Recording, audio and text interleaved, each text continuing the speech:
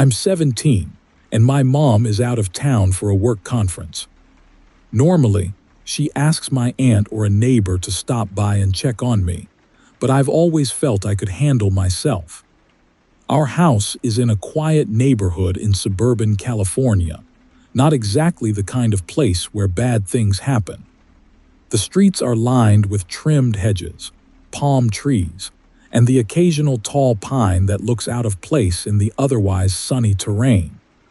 After my mom left that morning, I expected a weekend of freedom, a chance to binge-watch my favorite shows, eat junk food, and sleep in. But that first night on my own, something happened that I'll never forget. It started around 9:30 p.m. I was curled up on the living room couch, flipping channels on TV. The day had been long, and a sense of calm settled over me. Our living room window faces the driveway, and beyond that, the quiet suburban street. Streetlights glow a soft, reassuring orange, and on a typical night, you can hear distant sounds of neighbors talking or cars passing. But tonight felt different, quiet in a way I couldn't quite articulate. Even the nighttime insects outside seemed muted. Somewhere between channel surfing, I thought I heard my name. A faint call, Emma. It was so soft I first assumed it was just part of the TV show. I paused the program. I shrugged and started it again. Then the voice came again, clearer this time. Emma, honey, can you come out? I sat up straight, muting the television. My heart kicked up a notch because that voice, it sounded like my mom. But I knew for a fact, my mom was several hours away, probably in her hotel room settling in for the night. It's not like she'd come home unannounced. She'd definitely call me first. I got up and crept to the window, making sure to keep the lights off so I wouldn't be seen. Carefully, I peeked through the blinds. At first, I didn't see anyone, just the dark outlines of our yard. The streetlight at the corner cast shadows across the sidewalk. Then, out near the edge of the driveway, I spotted a figure. My stomach twisted. The figure looked like my mom, about the same height, same build, dark hair that fell just past the shoulders. She was wearing a jacket similar to one my mom owned, the color and cut eerily familiar. But something was off about the way she stood, too still, as if she were a mannequin placed there.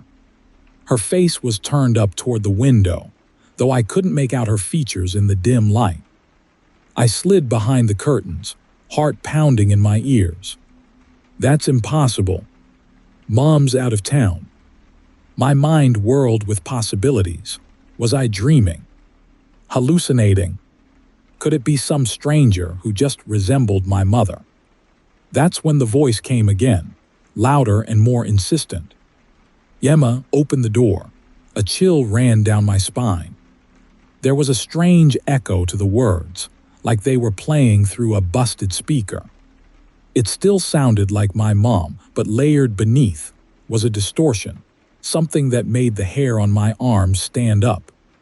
Gathering my courage, I pressed myself flat against the wall next to the window.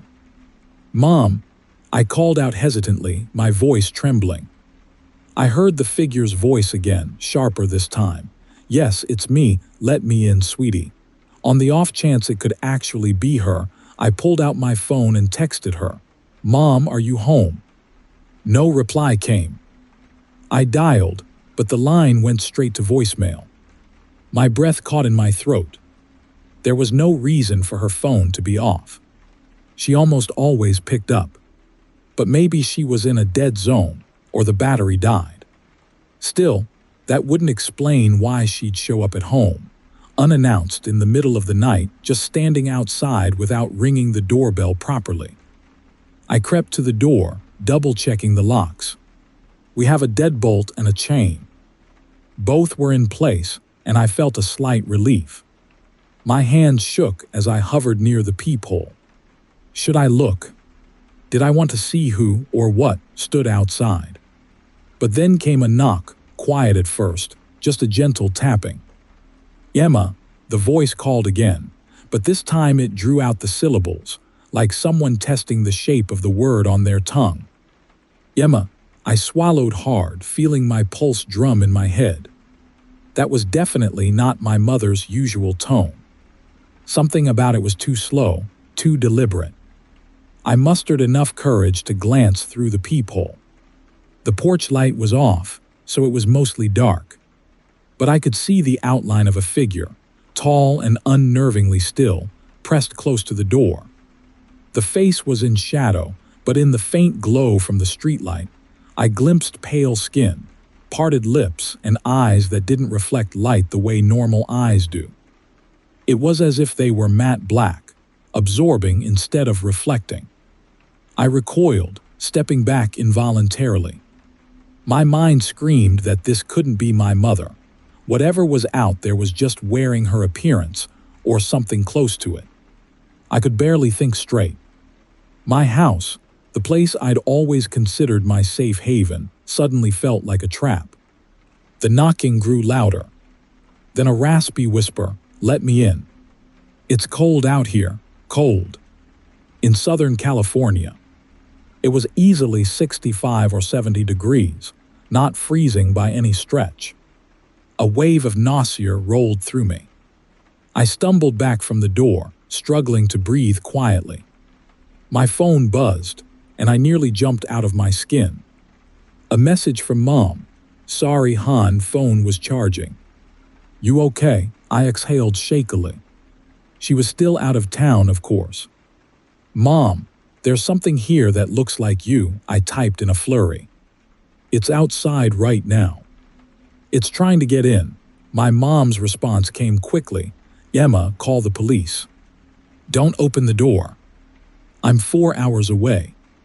"Lock everything," I typed back. I already locked up. "It's calling my name." "It sounds almost like you." No immediate response. I realized I couldn't rely on texts alone. She was too far to help, and the local police might take a while to get here. The tapping at the front door stopped abruptly, but my relief was short-lived. From the side of the house, I heard a new noise, a faint scraping against the windows. My bedroom window. My mother's voice echoed again, but it was warbling now, like a tape recording played at the wrong speed. "Emma, let me in, I'm your mother." The second line twisted, the last word distorting into something else, like mother. My eyes darted toward the hall that led to my bedroom. There was no direct window in the hallway, but if I listened closely, I could hear the gentle rattle of the window screen. The creature was trying to pry it open. Adrenaline surged through me. I grabbed a baseball bat from the hallway closet. I'd never used it for anything but hitting balls at the batting cage with friends, but it was the only thing I could think of as a weapon. My hands trembled around the handle. Creeping to my bedroom door, I pressed my ear against it. The scraping continued, then a low moan, like an imitation of a human struggling with effort. I swallowed the lump in my throat. I was not letting that thing inside. Then the voice came again, so close it made me jump. "Emma, sweetie, open the window. Just let me inside. I won't hurt you." Its tone was gentler now, but that made it worse, like a predator mimicking a wounded animal's call. I pictured the figure from the driveway, the unnaturally still posture, those dark eyes. A sickening chill spread through my limbs. Desperate, I backed away from my bedroom, returning to the living room. I flicked off every light, wanting to hide in the darkness. But that gave me another horrifying thought. If I couldn't see, then it could see me from outside if there was any light behind me. So I left one small lamp on in the corner, just enough to avoid total blackness, and crouched behind the couch, phone in hand. Time seemed to slow. My breaths were shallow, and I felt every second tick by in excruciating detail. Then came a light tapping on the living room window, so subtle I almost didn't register it. Tap, tap, tap. I turned my head, my heart pounding. The curtains were drawn, but I could see the silhouette through the thin fabric.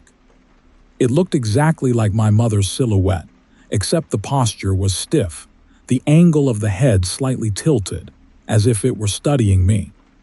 Yema, it said, but the voice kept hitching in the middle so it came out like Yem. Ma. I fought the urge to scream. My phone buzzed again. Mom, hang in there. I called the cops.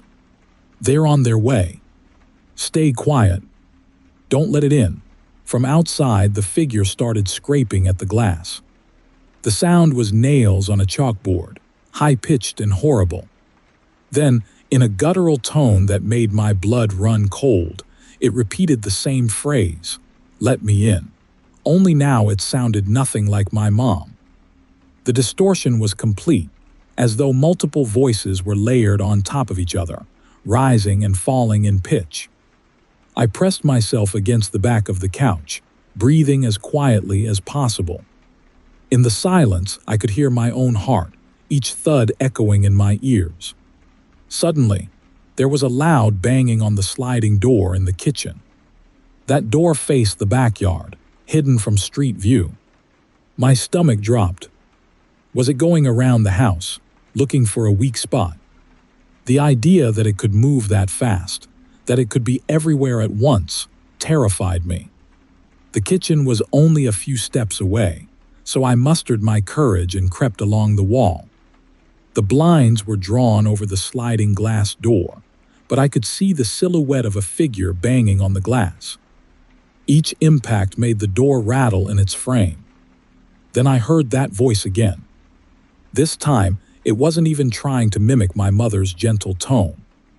It was a rasping growl, broken up by glitchy pitches, like a radio that couldn't quite find the right frequency. Let me in. I clutched the baseball bat, teeth chattering. My hands felt slick with sweat. If this door broke, if that thing found a way in, a part of me wanted to run, grab the car keys and drive away. But the driveway was the first place I'd seen it. And with the figure outside, it could easily corner me before I even got the car started. No, I had to hold out here, pray the police would arrive soon. The banging abruptly stopped. Silence filled the house, thick and suffocating. I tried not to breathe too loudly. My phone screen lit up. My mom was calling.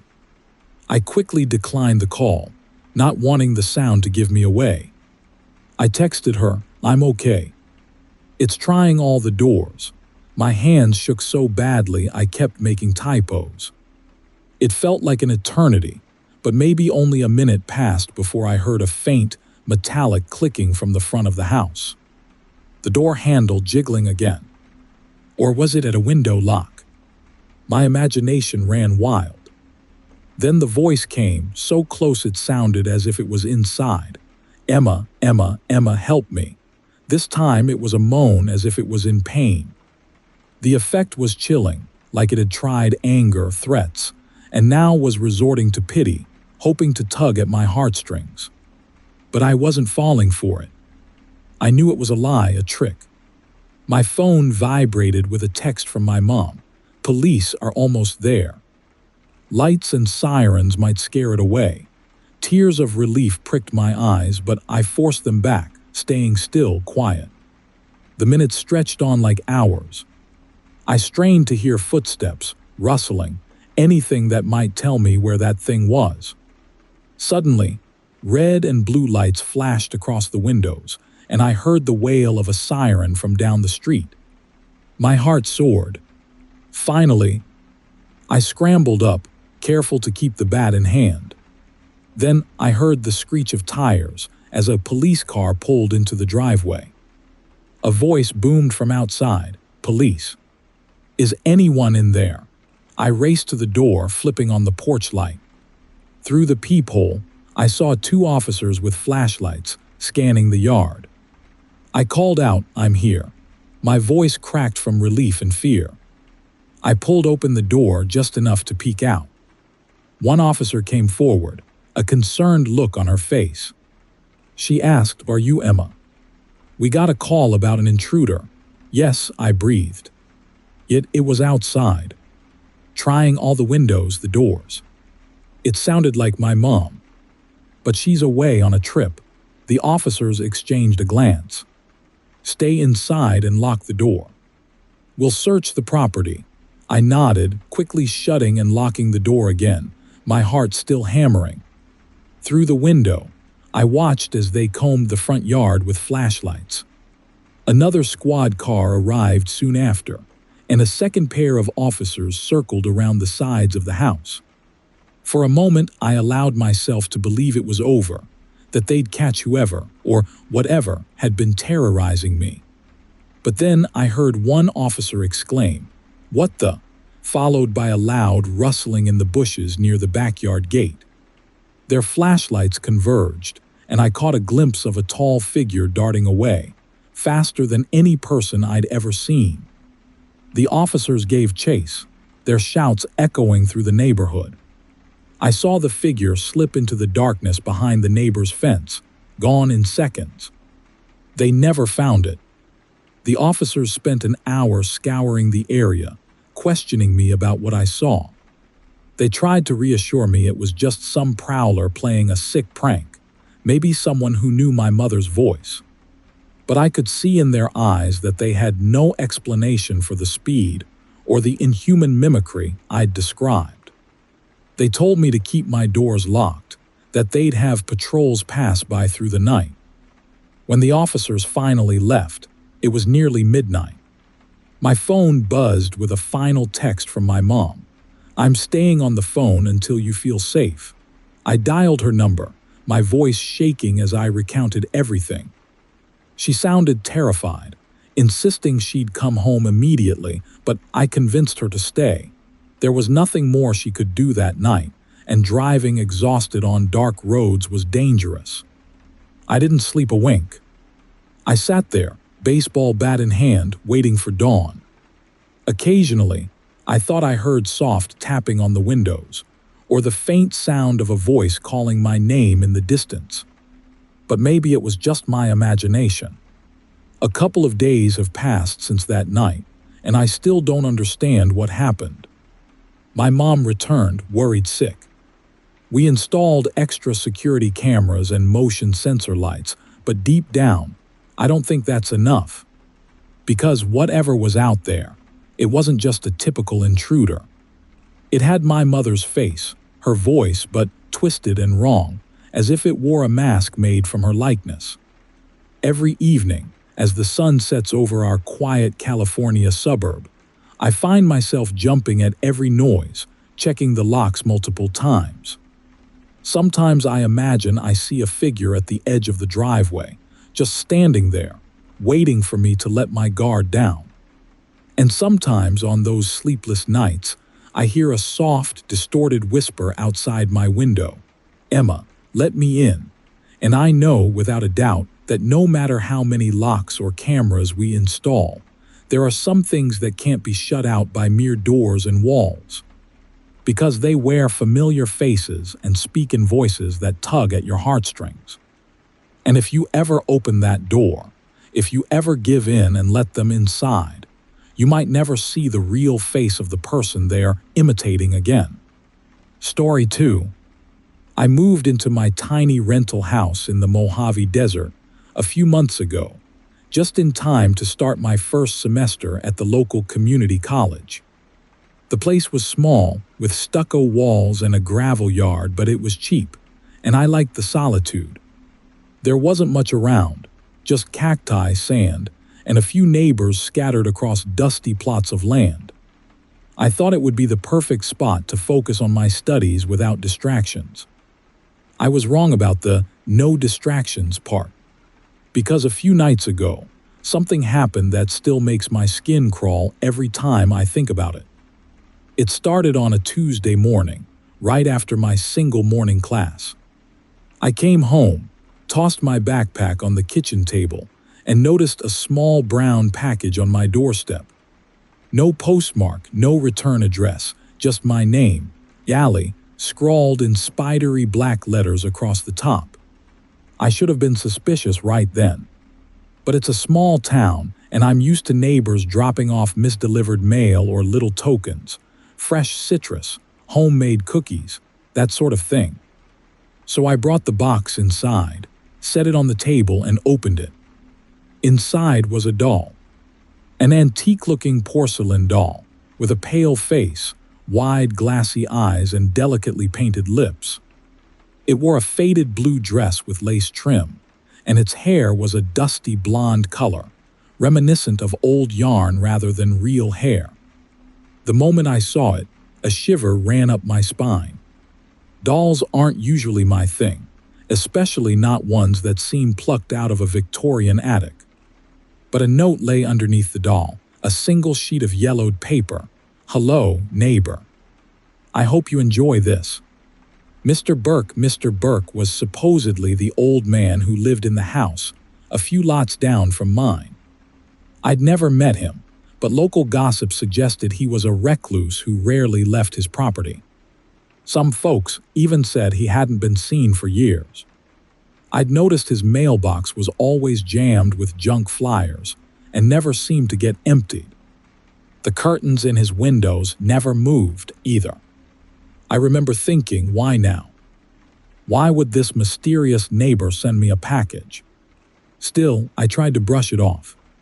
Maybe he was cleaning out his place and found something he thought I might like. People can be odd, especially in these small desert towns. That evening, I made myself a quick dinner, studied for an upcoming test, and tried not to think about the doll.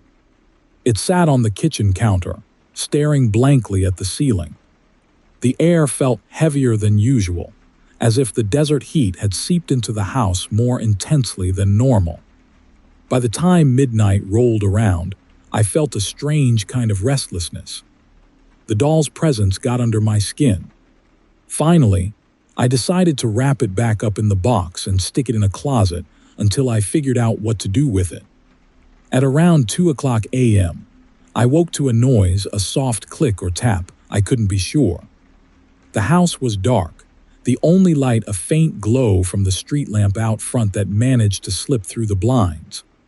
My pulse drummed in my ears. I listened, holding my breath. Silence. I brushed it off as a desert critter scurrying outside, or maybe the water heater making weird noises.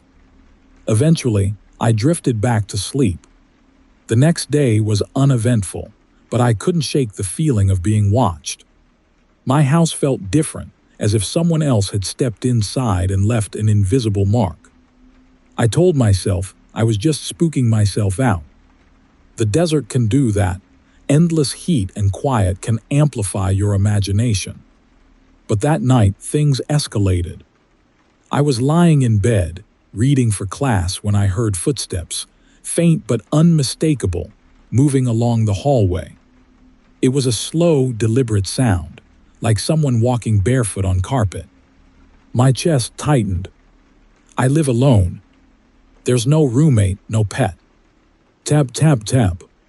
I sat up, heart hammering. The house was locked. I double-checked before going to bed. Kitchen door, front door, all windows latched. So how could there be footsteps? I swung my legs over the bed, trying to be brave. My phone was on the nightstand. I clutched it, ready to call 911 if needed. Edging into the hallway, I flicked on the light. Nothing was there. The hallway was empty, exactly as it should be. I checked each door, bathroom, tiny guest room, still nothing. The only open space was my living room, which connected to the kitchen. I crept forward, adrenaline pumping. I glanced around the living room. Dark and quiet. The kitchen, too, was undisturbed except for the box. The flaps were open. When I left the doll, I'd sealed the box shut with tape. Yet there it was, the tape peeled back. Inside, the doll was gone. My stomach lurched. No way. I turned on all the lights, searching frantically, refusing to consider the most unsettling possibility. Did someone break in to steal the doll? That made no sense. Then I spotted it, sitting upright on my couch, hands neatly folded in its lap, glassy eyes pointed at the TV. It was the same porcelain face, same faded dress. But I swear its eyes looked different now, more watchful. My throat felt dry as sand. I approached it, half expecting it to move on its own. It stayed still, just staring. You must have left it there, right? But I remembered sealing it in the box. The tape had been brand new. Shaking, I picked up the doll, shoved it back into the box and taped it shut again, this time with an entire roll of tape if that's what it took. I even placed a few heavy books on top, as if that could keep it from, escaping.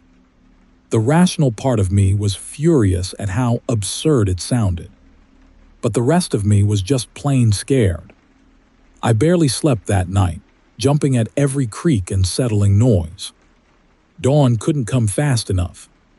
As soon as the sun was up, I decided to return the doll. Maybe Mr. Burke would be outside, or I could at least leave it on his porch. I didn't want it in my house for another minute. I drove the short distance to his property, a crumbling adobe-style house with a chain-link fence around the yard. Dust and dead shrubs littered the lot. The place had an abandoned feel. Weeds peeked through cracks in the driveway. A battered mailbox with Burke stenciled on it in peeling letters stood askew near the curb. There was no car, no sign of life. Still, I walked up to the front door, the box clutched in my arms. I knocked. No answer. I knocked harder. Silence. I tried the doorbell, didn't hear a chime or anything. If he was in there, he wasn't answering. I glanced around, feeling uneasy. The windows were covered from the inside with thick curtains or boards. A rotting "No Trespassing" sign hung on the fence. This house wasn't just neglected, it looked as though no one had lived here for years. The stories must be true. Mr. Burke was a recluse, or he might have passed away, or moved, leaving the property to decay. But if no one lived here, who left the doll? And who wrote that note? A heavy sense of dread settled over me. I placed the box on the front porch anyway, hoping that was enough. Then I hurried back to my car, my heart racing. By the time I got home, I was exhausted from worry, but at least that cursed doll was gone. That night, I fell asleep around 10 o'clock p.m., drained from the stress. I thought returning the doll would fix everything, but sometime after midnight, I woke to a familiar tap, tap, tap in the hallway. The blood froze in my veins. It wasn't possible. The doll was gone, left at Mr. Burke's. I forced myself to get up, flicking on every light as I went. The house glowed bright as day, chasing away shadows. My living room looked the same, except for something on the coffee table. I recognized the faded lace of that blue dress. The doll, sitting upright, staring blankly. I let out a strangled yelp, my mind reeling. How on earth did it get back here? I'd left it on that porch. Could someone have broken in again? Panicked, I checked all the doors and windows. Still locked. No signs of forced entry. It was as if the doll had walked inside on its own. My heart pounded so hard I thought it might burst. I reached for my phone, about to call the police. But what would I say? That a doll was moving by itself. They'd think I was insane. Maybe I should say there's a break-in. But I had no proof. This was insane. My rational mind told me there had to be an explanation. Maybe some neighbor kid playing a prank. But who would go to such lengths? Suddenly, I remembered the footsteps. I listened. Silence. Then, soft as a whisper, I heard it behind me, the faint scuff of a footstep on carpet. I spun around, but no one was there. A wave of nausea washed over me. I turned back to the doll and froze. It was now on the opposite side of the coffee table, as if it had shifted while I looked away. My hands shook. The porcelain face stared at me with wide, unblinking eyes.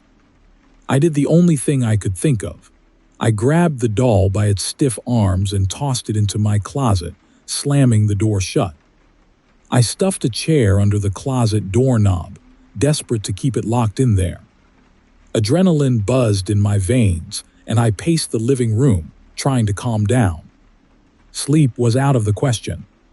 Morning came. I must have dozed off on the couch because I woke to sunlight streaming through the blinds. The events of the night slammed back into my mind. My gaze darted to the closet door, half expecting it to be wide open. It was still shut, the chair wedged under the knob. I slowly approached, heart in my throat, and eased the chair aside. I opened the closet door. The doll sat on the floor, limbs askew, head tilted at a peculiar angle. Its blank eyes seemed to accuse me. An overwhelming urge to get rid of it once and for all took hold of me. I grabbed a trash bag, stuffed the doll inside, and marched out to the backyard, where an old metal barrel sat. People around here burn trash sometimes. Desert living. I lit a match, trembling so hard it nearly went out. But I got a small fire going in the barrel. Taking a deep breath, I dropped the bag with the doll inside. The plastic melted, letting out acrid fumes. For a moment, I saw the doll's face slump against the flames, its painted eyes scorching. I felt a pang of guilt, but also relief. The swirling smoke stung my eyes. I turned away, hoping that was the end of it. That night, I slept better than I had in days. But come morning, something new appeared on my doorstep, a small envelope with no return address. Inside was a single Polaroid photo, old and faded. The image showed a young man in a dusty yard, holding a doll, the same doll. The man had a broad grin, but his eyes looked strangely hollow. On the back was written, "You shouldn't have done that." Mr. Burke, my skin crawled. I destroyed the doll, so how was Mr. Burke leaving notes now? Wasn't his house abandoned? Fear overshadowed any sense of logic. I got into my car and sped over to the address for the local property records office. I needed to know more about Mr. Burke. Maybe he had relatives or something. After some waiting and polite inquiries, I learned that the property in question had been owned by a one Harold Burke, who passed away over a decade ago. No updates in the county records since. The house should have gone to some distant cousin out of state, but it appeared no one had finalized the estate. So, effectively, the place had been sitting vacant for years. Cold sweat trickled down my spine. Harold Burke was dead. Yet someone, or something, had left that doll at my place signed with his name. I returned home, mind spinning with questions. Twilight fell, casting long shadows across the desert. I locked my doors and windows, turned on every light. I even wedged a chair under the front door handle. Then I sat in the living room with a kitchen knife in my lap, feeling ridiculous yet too scared to do anything else. Hours passed in tense silence. Midnight came and went. Around 2:00 a.m., exhaustion tugged at me. My eyes kept drifting shut. But then, from the back of the house, I heard a noise, a soft dragging sound like something being pulled along the floor. I forced myself to go check, body buzzing with terror. Knife in hand, I stepped into the hallway. The sound stopped. Darkness pooled near my bedroom door. My heart hammered so loud, I feared it might drown out any clue of where the noise came from. Suddenly, the overhead light flickered. The house's power sometimes blinked in the desert storms, but there was no storm tonight, just a still, starry sky. The light flickered again, longer this time, and in that momentary darkness, I saw movement at the end of the hall. A shape, small and childlike, scuttled from my bedroom into the guest room. I choked back a scream, flicking my phone flashlight on. The hallway was empty, but I could feel a presence, heavy and oppressive. My hand shook so badly I almost dropped the phone. Then the overhead light came back on, steady but dimmer than before. The guest room door was ajar, though I rarely went in there. Summoning my last shred of courage, I crept forward. The door creaked as I pushed it open. There, sitting on the bed, was the doll. Impossible. I burned it. But it was here, charred around the edges, the face cracked with black scorch marks, one glass eye missing. It turned its battered head slowly, as if acknowledging my presence. My vision blurred with raw terror. My fingers went numb, and the knife clattered to the floor. I stumbled backward, my mind screaming that this couldn't be real.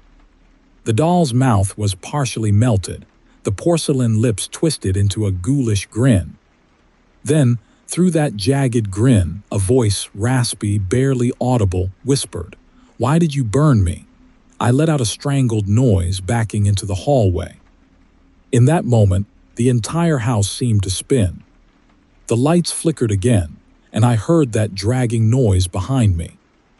I whipped around, but there was nothing there, just the living room. When I turned back to the guest room, the doll was gone. That was it.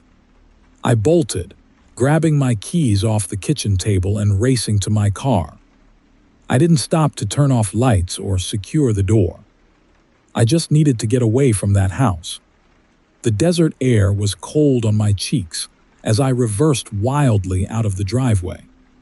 My headlights lit up the front porch, and for a split second I saw it, a figure standing there, tall and gaunt, holding the burned doll in its arms. I couldn't make out a face, but I felt its eyes on me. My entire body shook as I gunned the engine and sped down the road. I didn't go back for days. I crashed on a friend's couch in town, too terrified to explain the full story. When I finally mustered the courage to return, just to grab essentials, I found the house empty. No sign of the doll, no footprints, no notes.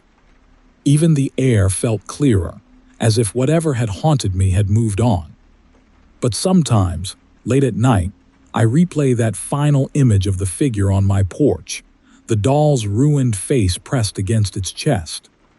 And I wonder if it's still out there, drifting among the desert shadows, waiting for me to come home for good. Because in this small California town, not everything buried stays buried, and not every neighbor who leaves you a gift is truly gone. And every so often, even now, I'll open my mailbox and find a little note signed Mr. Burke, reminding me that some gifts can never be returned. Story 3. My name is Riley, and I live in one of those cookie-cutter suburbs outside Sacramento. You know the type: manicured lawns, neighbors who wave but barely talk, and the same 3 models of houses repeated on every block. I always thought it was the kind of place where nothing exciting ever happened. That changed one night last summer, and now I can't even stay home alone without feeling like something's watching me. It started on a Friday night. My parents had gone out of town for a weekend getaway, leaving me to hold down the fort. I didn't mind. I was 17 and perfectly capable of taking care of myself. Besides, I had plans: a horror movie marathon, frozen pizza, and enough snacks to last me through the apocalypse. The first half of the evening went exactly as planned. I was halfway through the thing when I heard it, a knock at the front door. Not a friendly, casual knock, but slow, deliberate. Thud, thud, thud. I paused the movie and glanced at the clock. It was midnight. "Who the hell is knocking at this hour?" I muttered. Peeking through the peephole, I felt a wave of relief. It was Mrs. Hanley, our sweet old neighbor from 2 doors down. She had this habit of baking cookies for everyone on the block, so I figured maybe she'd brought over a late-night treat. But when I opened the door, no one was there. The street was empty, the porch light casting long shadows across the neatly trimmed lawn. My skin prickled. Maybe she'd gotten cold feet and left, I thought, though that didn't make much sense. Shrugging it off, I closed the door and locked it. I was barely back on the couch when it happened again. Thud, thud, thud. This time it came from the back door. I froze, my heart hammering in my chest. The backyard was fenced in, and the gate was always locked. No one should have been back there. Grabbing my phone, I crept to the kitchen, staying low as I approached the glass door that led to the patio. Through the curtains, I could see a figure. It was Mrs. Hanley again, or at least it looked like her. But something was off. Her head tilted at an unnatural angle, and her smile was too wide, stretching her face in a way that made my stomach turn. "Mrs. Hanley," I called out, trying to keep my voice steady. She didn't respond, just stood there staring at the door. I dialed my parents, but the call went straight to voicemail. Typical. Then I tried the police, but as soon as the operator picked up, the line crackled and went dead. My phone screen flickered, the battery suddenly dropping from 78% to 1% before shutting off completely. Thud, thud, thud. The knocking came again, this time from the living room window. My breath caught in my throat. How had she gotten there so fast? Slowly, I edged toward the window, pulling the curtain back just enough to peek outside. It wasn't Mrs. Hanley anymore. It was Jake, the college kid who lived across the street. He was grinning, but his eyes were wrong, dark, hollow, and unblinking. He lifted his hand and knocked again, his movements stiff, like a puppet on strings. "Riley," he said, his voice muffled through the glass. "Let me in." "It's cold out here." I stumbled back, my heart pounding so hard I thought it might burst. This wasn't normal. This wasn't right. Grabbing the nearest thing I could find, a heavy cast-iron skillet, I retreated to the hallway, every instinct screaming at me to get out of the house. But when I reached the front door, I froze. The deadbolt was locked, but the chain was undone. I was sure I'd latched it earlier. A shadow passed by the stained glass window on the door. Thud, thud, thud. This time, it was my best friend, Anna. Her face was pressed against the glass, her eyes wide and unblinking. Her lips moved, but no sound came out. I backed away, my hands trembling as I gripped the skillet tighter. "Why are you doing this?" I shouted. "What do you want?" The lights flickered, plunging the house into darkness for a moment before they came back on. When they did, the knocks were everywhere, on the windows, the doors, even the walls. They weren't slow and deliberate anymore. They were frantic, desperate. I ran upstairs, slamming the door to my bedroom and shoving a chair under the knob. The knocking followed me, growing louder and more erratic. It sounded like dozens of fists pounding against the walls, the ceiling, the floor.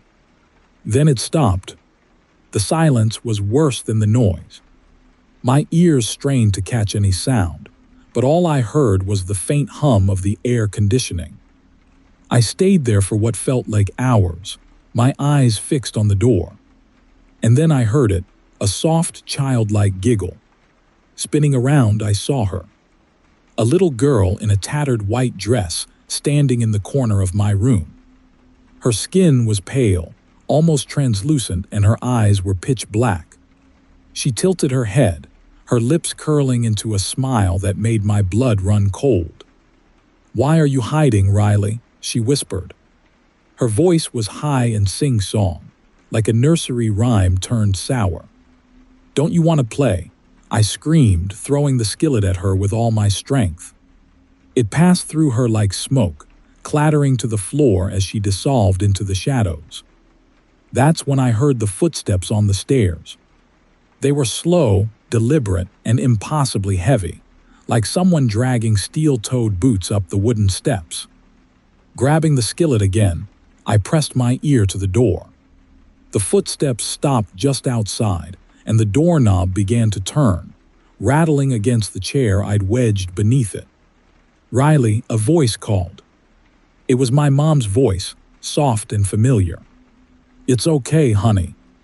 Open the door. Tears streamed down my face as I backed away. "You're not my mom," I whispered.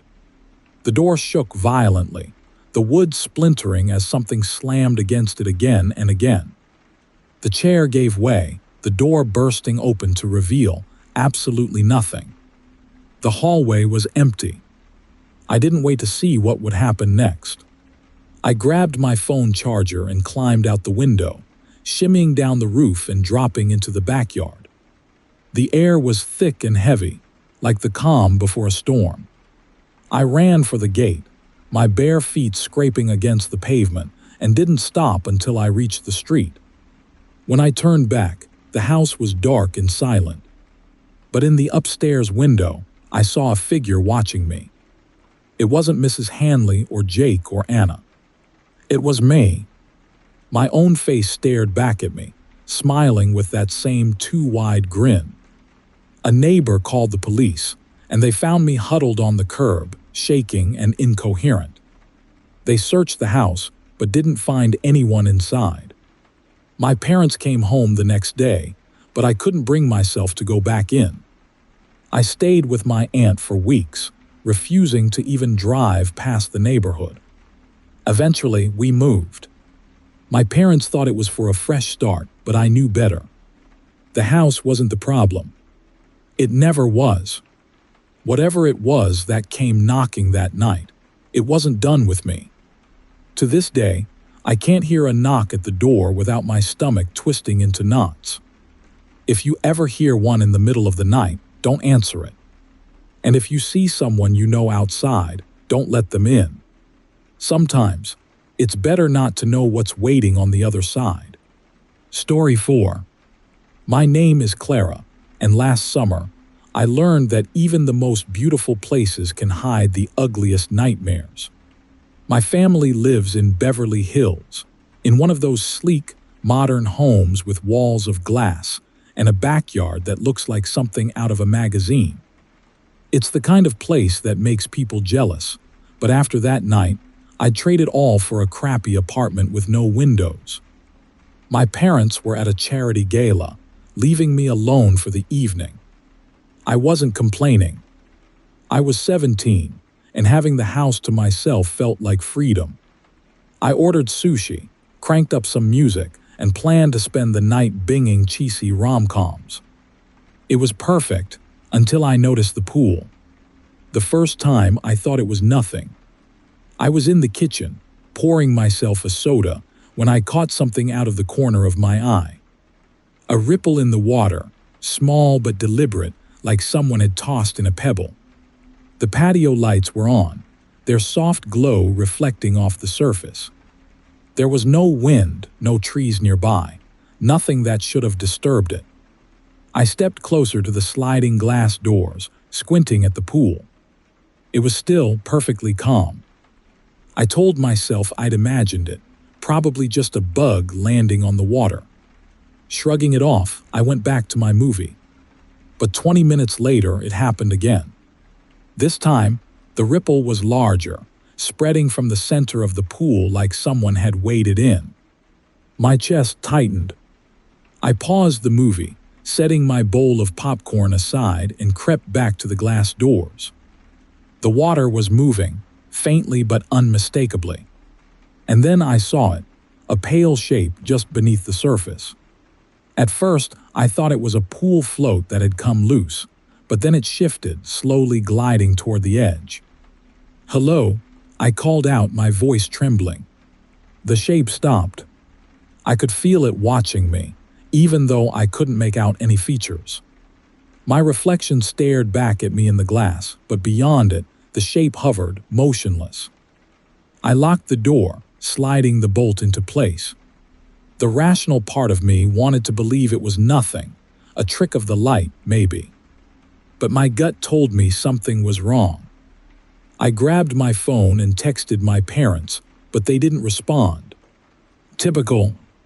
An hour passed, and I managed to convince myself I was overreacting. I stayed in the living room, avoiding the windows, until my bladder forced me upstairs.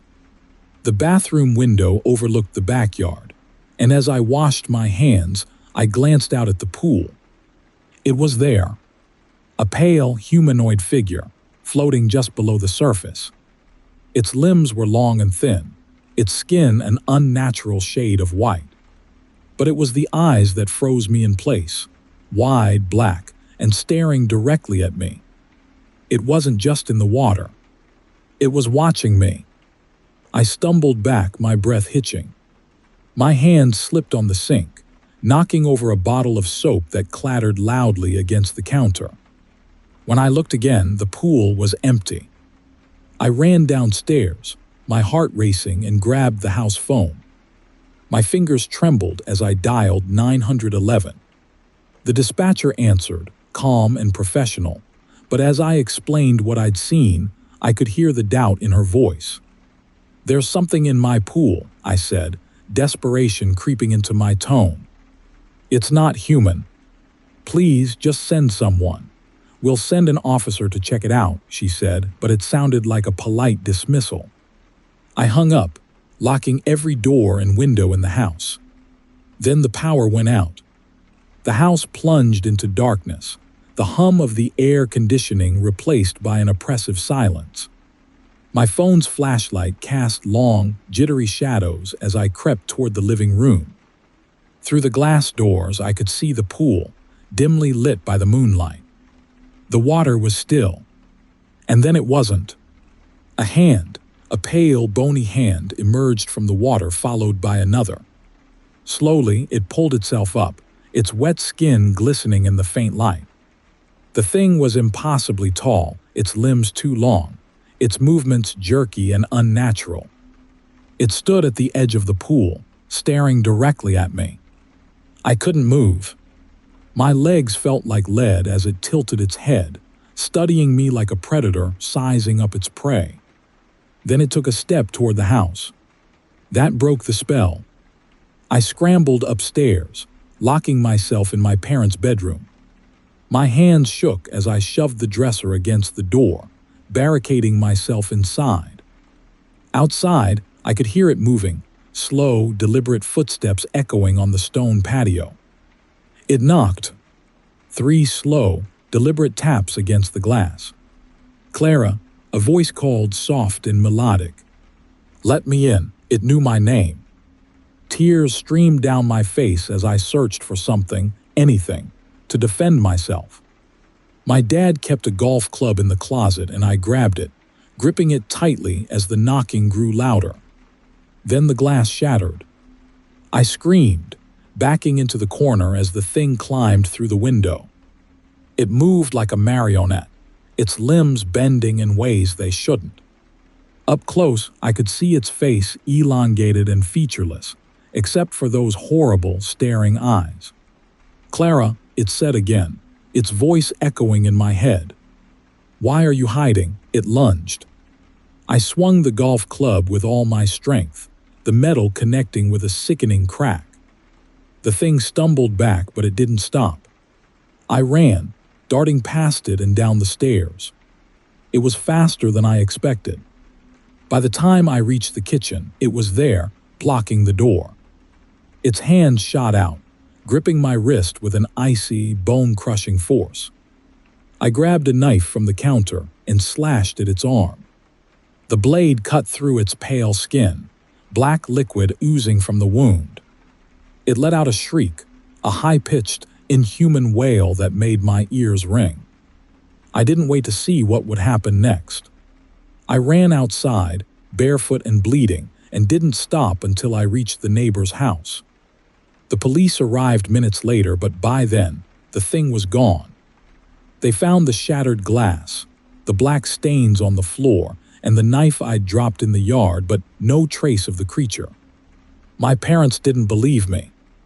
They said it was a break-in, that my mind had exaggerated the fear. But I know what I saw. I know what was in that pool. We moved a few months later, but I still check the water every time I pass a pool. I still wake up at night, hearing that voice calling my name. If you ever see something in the water that shouldn't be there, don't wait to find out what it is. Story 5. My name is Hannah, and I've never been one to scare easily. Growing up in the city, you get used to strange noises and occasional creeps. But none of that prepared me for what happened one night in my cabin in the Santa Monica Mountains. I moved there for the peace and quiet, but after that night, I don't think I'll ever feel safe in isolation again. It was a late autumn evening. The wind howled outside, rustling the trees that surrounded my property. My dog, Milo, a scruffy mutt with a bark bigger than his bite, was snuggled at the foot of my bed. I'd fallen asleep reading, the sound of the wind lulling me into a restless slumber. Then Milo growled. At first, it was low and quiet, almost like a warning. I stirred, groggy, and glanced at the clock, 2:17 a.m. "Milo," I mumbled, reaching down to pat his head. "What's wrong, buddy?" His growl deepened, his body stiff as he stared at the bedroom door. The hair on the back of my neck stood up. Milo was protective, but he rarely growled like that. Something had him on edge. I got out of bed, the hardwood floor cold under my bare feet, and walked toward the living room. Milo followed closely, his growl never faltering. My cabin had large windows that overlooked the forest, but the blinds were drawn, leaving the room shrouded in darkness. I flipped on a lamp, my heart thudding in my chest. That's when I heard it, a faint, rhythmic tapping at the front door. Not loud, not frantic, just deliberate. Tap, tap, tap. Milo barked, lunging toward the door. "Quiet," I hissed, pulling him back by the collar. My cabin was secluded, miles from the nearest neighbor. No one should have been out here, especially not at this hour. I glanced at the security camera feed on my phone. At first, I thought the screen had frozen. There was a figure standing on my porch, perfectly still. It looked human, tall, with long limbs and a slight frame, but its posture was unnaturally rigid. The porch light illuminated its face, and my stomach dropped. It wasn't wearing a mask, but its features were wrong. The eyes were too large, too dark, and its mouth was a thin, straight line, as if it had never smiled. The longer I stared, the more I noticed little details. The pale, almost translucent skin, the way its head tilted slightly to the left, and the fact that it didn't appear to be breathing. As if sensing my gaze, the figure moved. Its head turned sharply, impossibly, to face the camera. It stared directly into the lens, its lips curling into a slow, deliberate smile. I froze, my breath caught in my throat. My phone slipped from my hand, clattering to the floor. Milo barked again, louder this time, his body pressing against my leg as if to shield me. The tapping stopped. The silence that followed was deafening, broken only by the sound of my own shaky breaths. I reached down to pick up my phone, my hands trembling. When I looked at the screen again, the porch was empty. I backed away from the door, every instinct screaming at me to lock myself in the bedroom. But just as I turned, I heard something new, a faint scraping sound like nails dragging across wood. It was coming from the side of the house. The cabin's windows were too high for anyone to reach without a ladder, but the sound was unmistakable. I checked the camera feed again, cycling through the different views. On the side of the house, near the living room window, I saw it. The figure was climbing the wall. It moved with an unnatural grace, its long fingers digging into the wooden siding as it scaled the cabin. Its head twisted to look directly at the camera, that same eerie smile stretched across its face. I panicked, running to the bedroom and locking the door behind me. My mind raced as I tried to think of what to do. Calling the police seemed pointless, By the time they arrived, who knew what this thing would do? Milo whimpered, pressing himself against me as I slid a dresser in front of the door. Then I remembered the gun. My dad had insisted I keep one in the cabin, just in case. It was in the closet, unloaded but with a box of shells beside it. My hands shook as I loaded it, the weight of the weapon foreign and heavy in my grasp. The scraping sound grew louder, closer. It was above me now, on the roof. My heart pounded as I stared at the ceiling, half expecting it to burst through. Then, all at once, the noise stopped. The silence was worse than the sound. I held the gun tightly, my finger hovering over the trigger as I strained to hear anything. For a moment, there was nothing. Then I heard it. A sudden thud. Something heavy landed on the balcony outside the bedroom. The curtains fluttered as a shadow passed behind them. My breath hitched as I stepped back, raising the gun. The figure pressed its face against the glass. It didn't tap this time. It simply stared, its wide eyes scanning the room as if searching for something. Its smile had grown wider, stretching unnaturally across its face, revealing rows of jagged teeth. It placed a hand on the glass, and I could see the faint outline of claws. "Go away," I whispered, though I knew it couldn't hear me. "Please," Milo barked, snapping me out of my paralysis. The figure tilted its head, its smile faltering for the first time. It pressed harder against the glass, the window groaning under the pressure. I didn't wait to see what would happen. I raised the gun and fired. The sound was deafening in the small room and the window shattered, shards of glass flying everywhere. The figure let out a shriek, a high-pitched, inhuman sound that made my ears ring. When the smoke cleared, the balcony was empty. I didn't sleep that night. I stayed in the corner of the room, clutching the gun, as the first rays of sunlight crept through the broken window. Milo stayed by my side, his ears perked, as if he was still waiting for it to come back. When the police arrived, they found nothing. No footprints, no blood, nothing to suggest that anyone or anything had been there. They chalked it up to a wild animal, maybe a bear, but I knew better. I sold the cabin a month later. I couldn't stay there, not after what I'd seen. Sometimes, I still check the security footage from that night, hoping for answers. But every time I see its face, those eyes, that smile, I regret looking. If you ever find yourself alone in a secluded place, and you hear a knock or a scrape outside your door, don't look. Don't check the cameras. And whatever you do, don't let it in. Story 6. My name is Jamie, and I live in a quiet little town in Central California, the kind of place where nothing much happens. It's all almond orchards, dusty roads, and neighbors who know way too much about your business. I always thought that was a good thing, a safety net for when you're left alone. But sometimes, the people you think you can trust are the ones you should fear the most.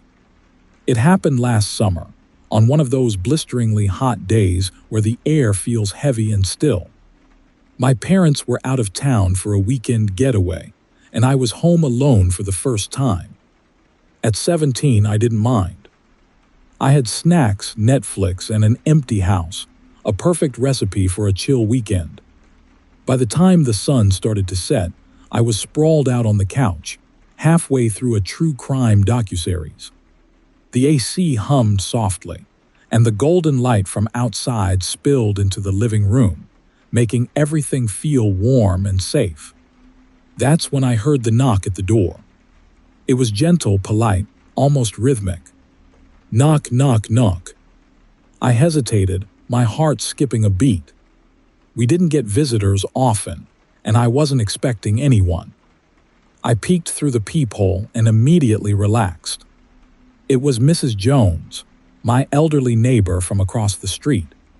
She was the quintessential sweet old lady, always offering gardening tips or waving from her porch. She had a tray of cookies in her hands, a kind smile on her face. I opened the door. "Hi, Mrs. Jones," I said, trying to sound casual. "What's up?" "Oh, Jamie dear," she said, her voice warm and syrupy.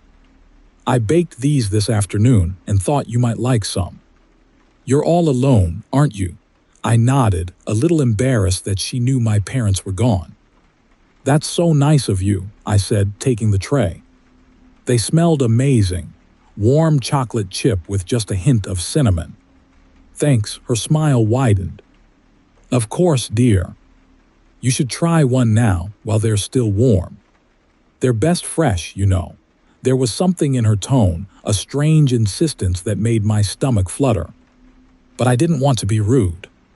"Sure," I said, picking up a cookie and taking a small bite.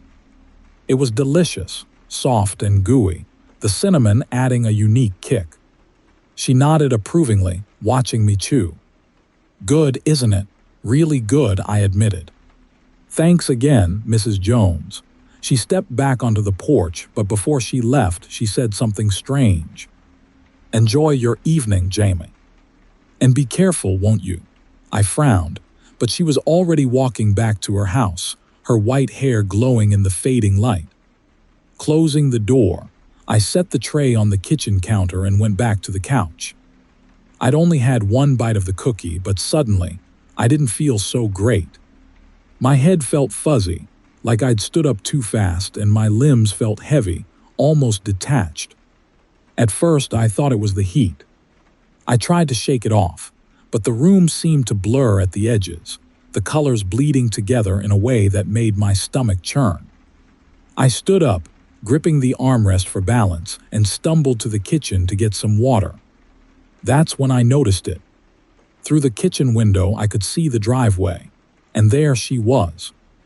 Mrs. Jones, standing motionless on the edge of her lawn, staring straight at my house. At me.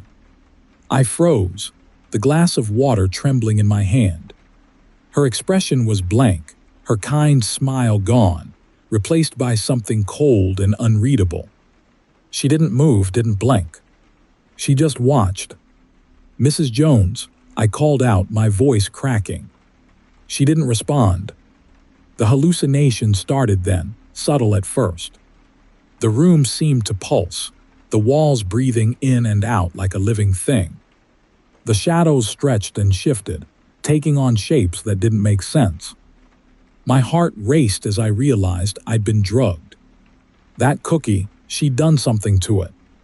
I grabbed my phone, desperate to call for help, but my hands were shaking too badly to unlock it.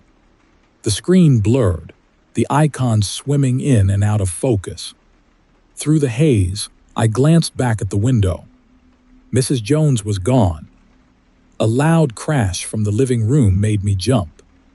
I stumbled toward the noise, my legs weak and unsteady, and found the tray of cookies on the floor, crumbs scattered everywhere. The tray had been on the kitchen counter just moments ago. How had it gotten here? The walls seemed to close in around me, the air growing thick and oppressive. I could hear whispers now, faint and indistinct, like they were coming from inside my own head. My vision swam, and I sank to my knees, clutching the edge of the couch. I needed to get out of the house. I crawled to the door, my fingers fumbling with the lock, and managed to wrench it open. The cool night air hit my face like a slap, and I stumbled onto the porch, gasping for breath. The street was eerily quiet, the streetlights casting long, flickering shadows. I turned to look at Mrs. Jones's house, half expecting her to be watching from the window. But the house was dark, the curtains drawn. And then I heard it, the faint sound of footsteps behind me. I spun around, my heart hammering in my chest. There she was, standing at the end of my driveway, her figure silhouetted against the pale glow of the streetlight. She was holding something in her hand, something sharp and glinting. A knife. My instincts kicked in.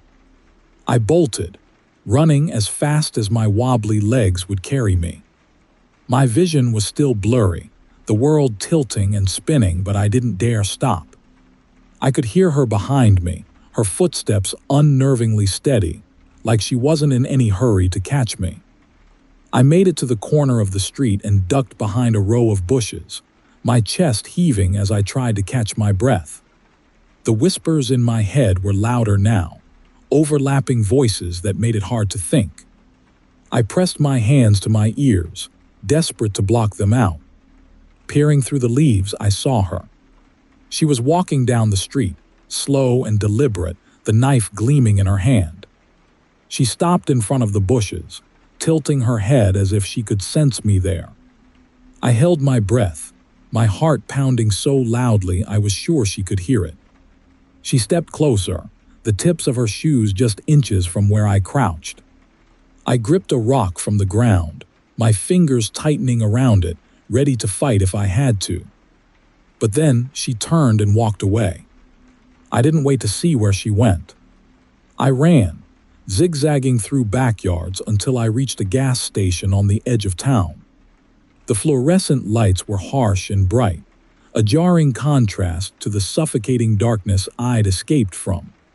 The clerk stared at me, wide-eyed, as I stumbled inside, gasping for air. "Call the police," I croaked. "Please." When they arrived, I told them everything. They searched the neighborhood, but found no sign of Mrs. Jones. Her house was empty, the furniture covered in dust and cobwebs, like no one had lived there in years. The cookies, the knife, the whispers, it all felt like a fever dream. But the scratches on my arms and the dirt under my nails were real. Whatever had happened that night, it wasn't in my head.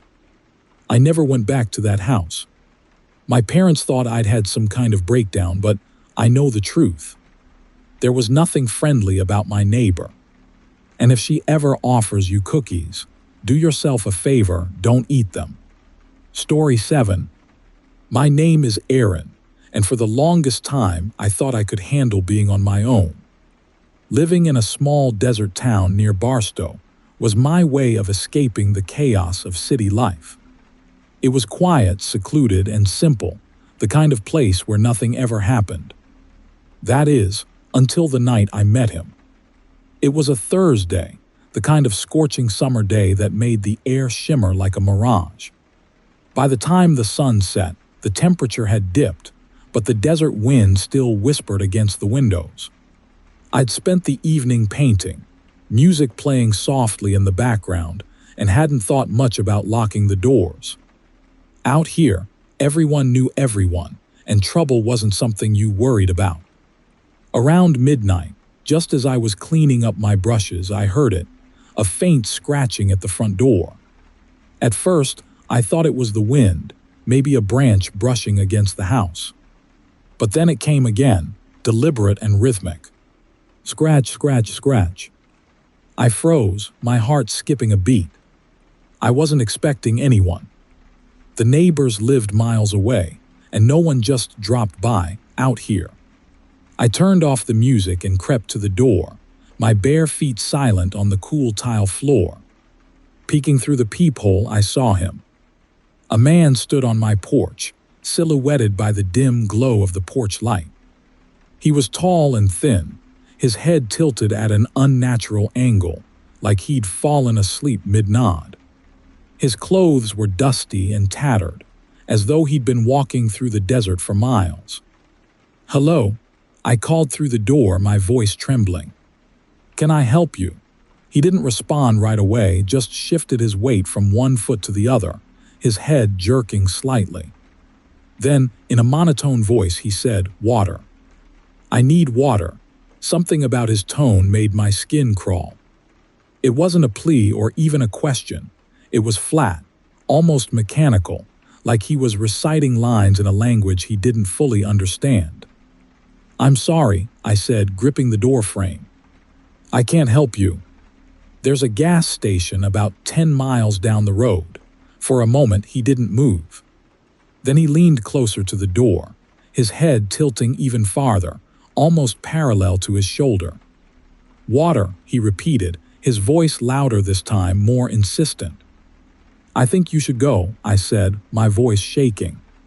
"I'm calling someone to help you. I stepped back from the door, my hands fumbling for my phone. But as I turned, I heard it, a soft, almost imperceptible laugh, low and guttural, like the sound of an engine sputtering to life. I whipped around, peeking through the peephole again, but he was gone. The desert was silent. Too silent. I checked the locks on the door, then went to each window, making sure everything was secure. I told myself he was just some drifter, probably dehydrated and not in his right mind. But the feeling in my gut wouldn't go away, the sense that something wasn't right. I was halfway through double-checking the kitchen window when I saw him again. He was standing at the edge of the yard, just beyond the reach of the porch light. His head was still tilted, and his arms hung loosely at his sides. He didn't move, didn't wave or speak. He just stood there watching. I grabbed my phone and dialed 911, my fingers trembling. The operator answered, but before I could say anything, the call dropped. No signal. I stared at the screen, my breath catching in my throat. Out here, cell service was spotty at best, but this felt like more than bad luck. When I looked back out the window, he was gone. A loud thud from the living room made me jump. I spun around, clutching the counter for support. The sound came again, louder this time, like something heavy had slammed against the wall. I grabbed a flashlight and crept toward the noise, my pulse pounding in my ears. The living room was empty, but the front window wasn't. He was there, pressed against the glass, his hands splayed out like a bird hitting a windshield. His face was pale, almost gray in the moonlight, and his eyes were wide and unblinking. His mouth was open in that same strange laugh, though no sound came out. "Go away," I shouted, the words catching in my throat. He didn't move. Then, slowly, his head turned, twisted, until it was upside down, his eyes never leaving mine. I stumbled back, grabbing the closest thing I could find, a heavy brass candlestick. When I turned back to the window, he was gone again. I locked myself in the bedroom, shoving a dresser against the door. Milo, my cat, hid under the bed, his low growl the only sound in the room. I sat on the floor, clutching the candlestick, and stared at the door, waiting for the next noise. It didn't take long. The scratching was back, but this time it came from the bedroom window. I didn't want to look, didn't want to see what I already knew was there. But something compelled me, some morbid curiosity I couldn't resist. The curtains were drawn, but I could see his silhouette through the fabric. He was crouched low, his hands tracing slow, deliberate circles on the glass. Then he pressed his face against it, his features distorted by the thin barrier between us. "Water," he whispered, his voice somehow clearer now, as if he were speaking directly into my ear. "Let me in." I backed away, my heart racing. The doorknob rattled, the sound sharp and jarring. He was inside. I don't know how he got in. The doors were locked, the windows shut, but I could hear his slow, shuffling footsteps in the hallway.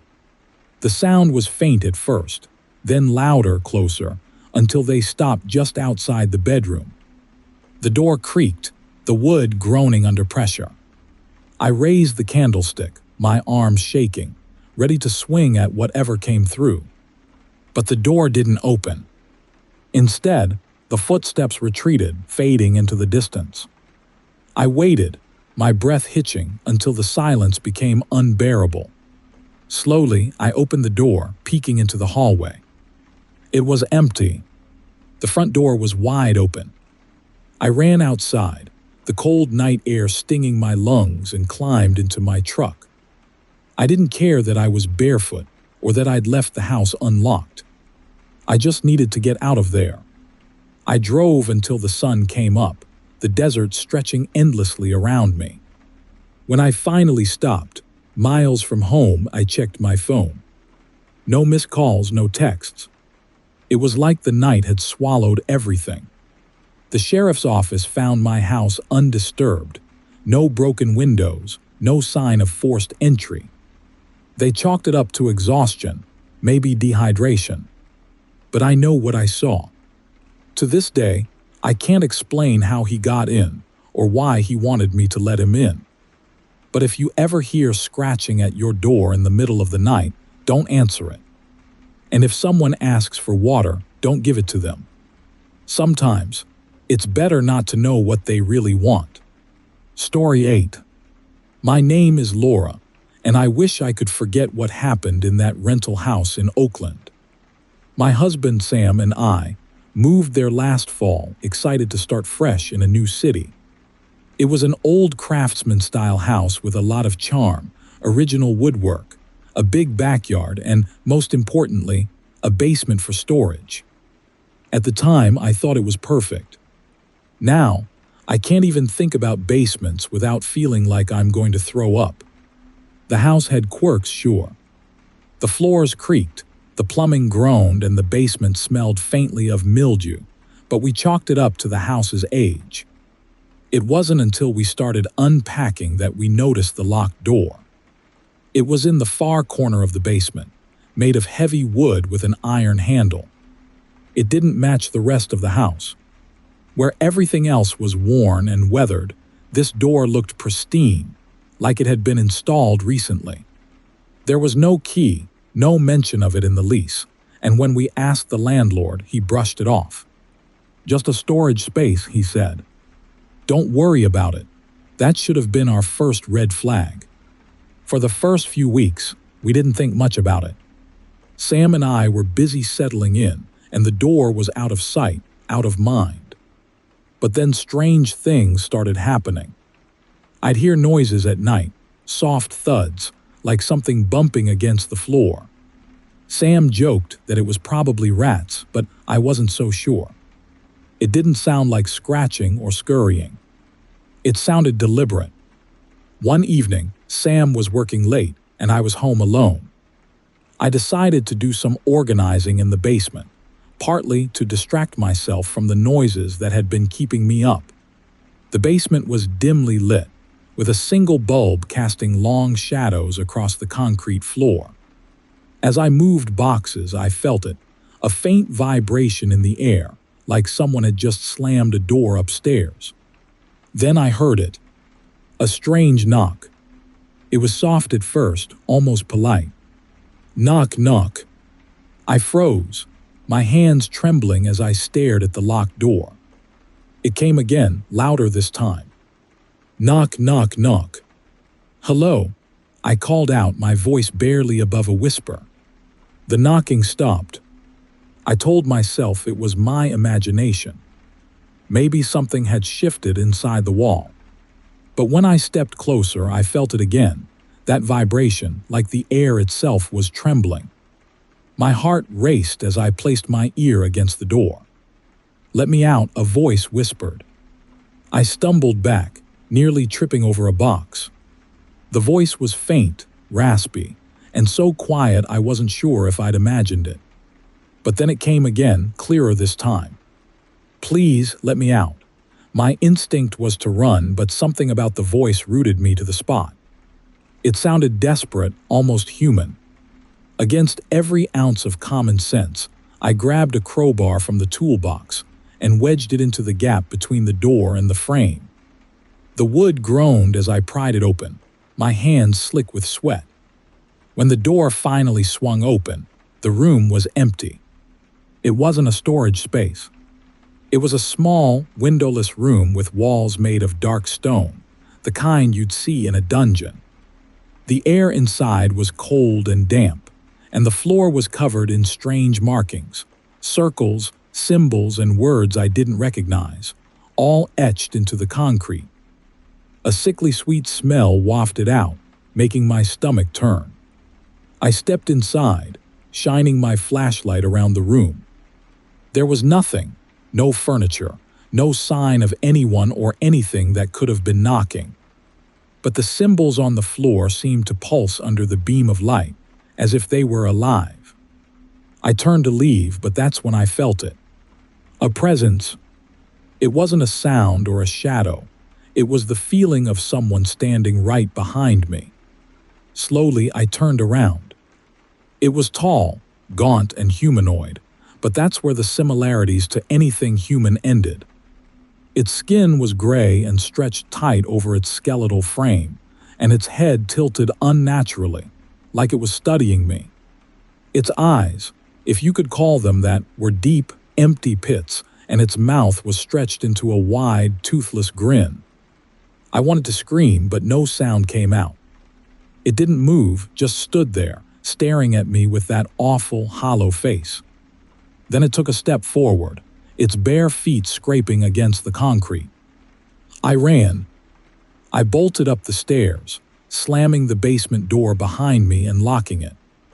My heart was pounding so hard I thought it might burst. I grabbed my phone to call Sam, but my hands were shaking so badly I could barely type his number. As I waited for him to answer, I heard it, the sound of footsteps on the basement stairs. Slow, deliberate, and heavy. They stopped just on the other side of the door. "Sam, please come home," I whispered into the phone, tears streaming down my face. "There's something in the house." I heard the footsteps again, this time moving away from the door. Then the knocking started, louder and more frantic than before. It was everywhere, on the walls, the windows, even the ceiling. It felt like the entire house was alive, vibrating with the sound. Sam finally picked up. "Laura, what's going on?" he asked, his voice full of concern. "There's someone in the house," I said, trying to keep my voice steady. "I think it came out of the basement. Stay where you are." "I'm on my way." The knocking stopped. I held my breath, listening for any sign of movement. The house was eerily silent now, the kind of silence that makes your ears ring. I crept toward the front door, clutching the crowbar like a lifeline, and peeked outside. The street was empty, the moonlight casting long shadows across the lawn. When I turned back, the basement door was open. I swear I had locked it, but now it hung ajar, a sliver of darkness spilling into the hallway. The symbols on the stone floor flashed in my mind, and I realized too late that I'd made a terrible mistake by opening that door. The air grew colder and the lights flickered. I could feel it, the thing, whatever it was, standing just out of sight. My fingers tightened around the crowbar as I backed away, inching toward the front door. Then I saw it. In the reflection of the hallway mirror, its gaunt frame towering behind me. Its grin widened as it reached out, its bony fingers grazing my shoulder. I screamed, swinging the crowbar wildly. It connected with something solid, and I heard a guttural hiss as the thing recoiled. I didn't look back. I ran out the front door, down the street, and didn't stop until I reached the gas station at the corner. When Sam arrived, we called the police, but they found nothing. The basement was empty, the strange symbols gone, as if the room had erased itself. Our landlord insisted we must have imagined it, but we didn't stick around to argue. We moved out the next day. I don't know what that thing was or why it was locked away in that basement, but I do know one thing. Some doors are meant to stay closed. If you ever find one in your home, don't open it, no matter what you hear on the other side. Story 9. My name is Megan, and I've always loved living in San Diego. There's something about the ocean breeze and city lights that makes you feel like nothing bad could ever happen. But after what I experienced one quiet night in October, I know better. I'll never trust the comfort of my own home again. It started around 11 p.m. I was curled up on the couch, half asleep while some random sitcom played in the background. My dog, Bailey, had already passed out at my feet. The house was quiet, save for the occasional hum of cars passing by on the street below. Then the doorbell rang. I flinched, my heart skipping a beat. At that hour, I wasn't expecting anyone. I hesitated, staring at the door, waiting to see if it was a mistake or someone about to walk away. But the bell rang again, sharper this time, followed by a heavy knock. Reluctantly, I got up and peeked through the peephole. There was no one there. My stomach sank a little, but when I opened the door, I found a package sitting on the welcome mat. It was an unassuming box, plain brown cardboard, about the size of a shoebox. My name and address were printed on the label, but no return address. I frowned, racking my brain. I hadn't ordered anything, and I wasn't expecting a delivery. Maybe a neighbor had dropped it off by mistake. I brought it inside, setting it on the kitchen counter. Bailey sniffed at the box, her ears pinned back, which wasn't like her. "It's probably nothing," I muttered, more to myself than her. Curiosity got the better of me. I grabbed a knife and carefully slit the tape. Inside was a pair of old binoculars, the kind you'd find at an estate sale or buried in your grandparents' attic. They were heavier than I expected, the black leather worn and cracked in places. No note, no explanation.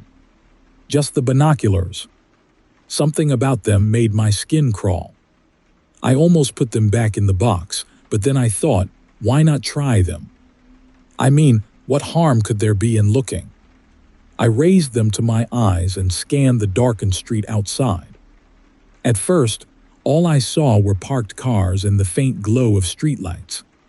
But then I noticed something in the distance, at the end of the block. A figure. It was tall, impossibly tall and pale, with elongated limbs and a head that seemed too small for its body. It stood perfectly still, half hidden in the shadows between two houses. I lowered the binoculars and blinked. The figure wasn't there. Just an empty street. My hands were shaking as I raised the binoculars again. The figure was still there, but closer now, standing under a streetlight. I could see its face, or what should have been its face. Instead, it was smooth and featureless, like a mannequin left unfinished. I dropped the binoculars, my heart hammering. The rational part of me screamed that it wasn't real, just some trick of the light or a reflection on the lens. But when I glanced outside, my stomach turned to lead. The figure was there. Closer, standing in the middle of the street, facing my house. I stumbled back, clutching the edge of the counter for support. Bailey growled, her fur bristling as she stared at the door. I grabbed my phone and called the police, but the line didn't even ring. Just a static-filled silence that made my blood run cold. The sound of glass rattling drew my attention to the living room window. I turned, and there it was, standing on the sidewalk just outside. Its head tilted slightly, as if it were trying to figure out how to get in. I grabbed the binoculars again, half out of instinct, and looked. Through the lens, its face was no longer blank. It had eyes now, black and glossy like marbles. Its mouth was stretched into a grin that seemed to split its entire head. I screamed, dropping the binoculars. When I looked back at the window, it was gone. Bailey barked furiously, her attention snapping to the front door. Something heavy slammed against it, rattling the frame. Another bang followed, louder this time, like it was throwing its entire weight against the wood. I ran to the door, checking the locks. Everything was secure, but the banging didn't stop. It grew more violent, the sound echoing through the house. Bailey backed away, her tail tucked, her bark turning into a high-pitched whine. "Go away," I shouted, my voice cracking.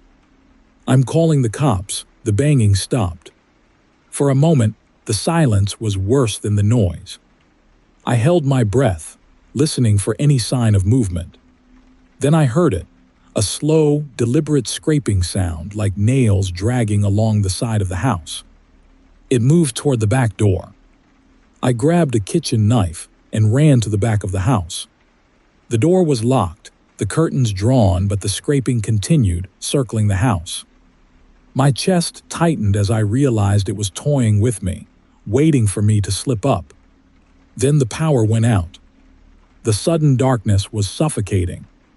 My phone's flashlight cast long, jittery shadows as I backed into the living room. The binoculars were still lying on the floor, and for reasons I can't explain, I picked them up again. Raising them to my eyes, I scanned the backyard through the sliding glass door. At first, I saw nothing but the faint outline of the fence and the silhouettes of trees. Then the figure appeared, standing at the edge of the yard, perfectly still. When I lowered the binoculars, it was gone. I heard a soft tapping behind me and spun around. It was at the window again, inches away, its grin impossibly wide. Without thinking, I swung the binoculars at the glass, shattering it. The figure recoiled with a hiss, retreating into the shadows. I didn't wait to see what it would do next. Grabbing Bailey, I bolted out the front door and into my car. My hands shook so badly, I could barely get the keys into the ignition. The engine roared to life, and I sped down the street, not daring to look back. I didn't stop driving until I reached a 24-hour diner on the outskirts of town. The fluorescent lights felt like a shield as I sat in the parking lot, clutching Bailey and trying to catch my breath. When I finally called the police again, the line worked, but there wasn't much they could do. By the time they checked the house, it was empty. No signs of forced entry, no footprints, nothing. The binoculars were gone. I stayed with a friend for weeks, too afraid to go back. When I finally did, the house felt wrong, too quiet, too cold. I moved out soon after. I don't know what that thing was or why it came to me. But sometimes, late at night, I hear faint knocking in my dreams. And when I wake up, I can still feel its eyes on me, watching from somewhere just out of sight. If you ever get a package you didn't order, don't open it. Some deliveries aren't meant to be received. Story 10.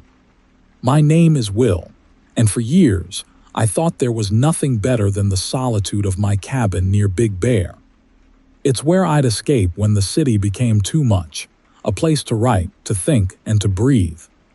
But after one particular night last winter, I haven't been back. The peace I loved so much is now the thing I fear most. It started on a bitterly cold night in January. I'd been working on a manuscript for weeks, and the isolation was just what I needed to clear my head. The cabin was small but comfortable, surrounded by dense forest with only a narrow dirt road connecting it to the main highway. By the time I looked up from my laptop, it was close to midnight. The snow outside reflected the moonlight, casting a pale glow through the windows. I was about to call it a night when I heard it, a faint, rapid clicking sound, like something tapping against the window. I froze, listening. At first, I thought it might be branches swaying in the wind, but there was no wind. The air outside was still, the kind of silence you only get in the mountains. The sound came again, closer this time. It wasn't tapping. It was teeth. Chattering teeth. I grabbed a flashlight and went to the window, peering into the darkness. The beam cut through the night, illuminating the snow-covered trees. Nothing could be the scene. Just the skeletal branches of pines and the faint glimmer of frost. Shaking my head, I told myself it was nothing, a squirrel or some other animal foraging in the cold. I went back to my desk, but the sound stayed with me, faint and persistent. By 2 a.m., it was louder. The chattering seemed to move, circling the cabin, first by the front porch, then by the side window, then near the back door. It wasn't frantic. It was measured, deliberate, almost curious. I checked every door and window, making sure they were locked. Then I turned off all the lights, hoping the darkness would settle my nerves. But as I lay on the couch, staring at the ceiling, the sound didn't fade. If anything, it grew sharper, like the teeth were grinding against each other. It was around 3 a.m. when I heard something new, a faint scratching, like nails dragging across wood. It came from the front porch. My heart pounded as I crept to the door, the flashlight heavy in my trembling hand. Through the peephole, I saw nothing but snow-covered steps and the dark expanse of the forest.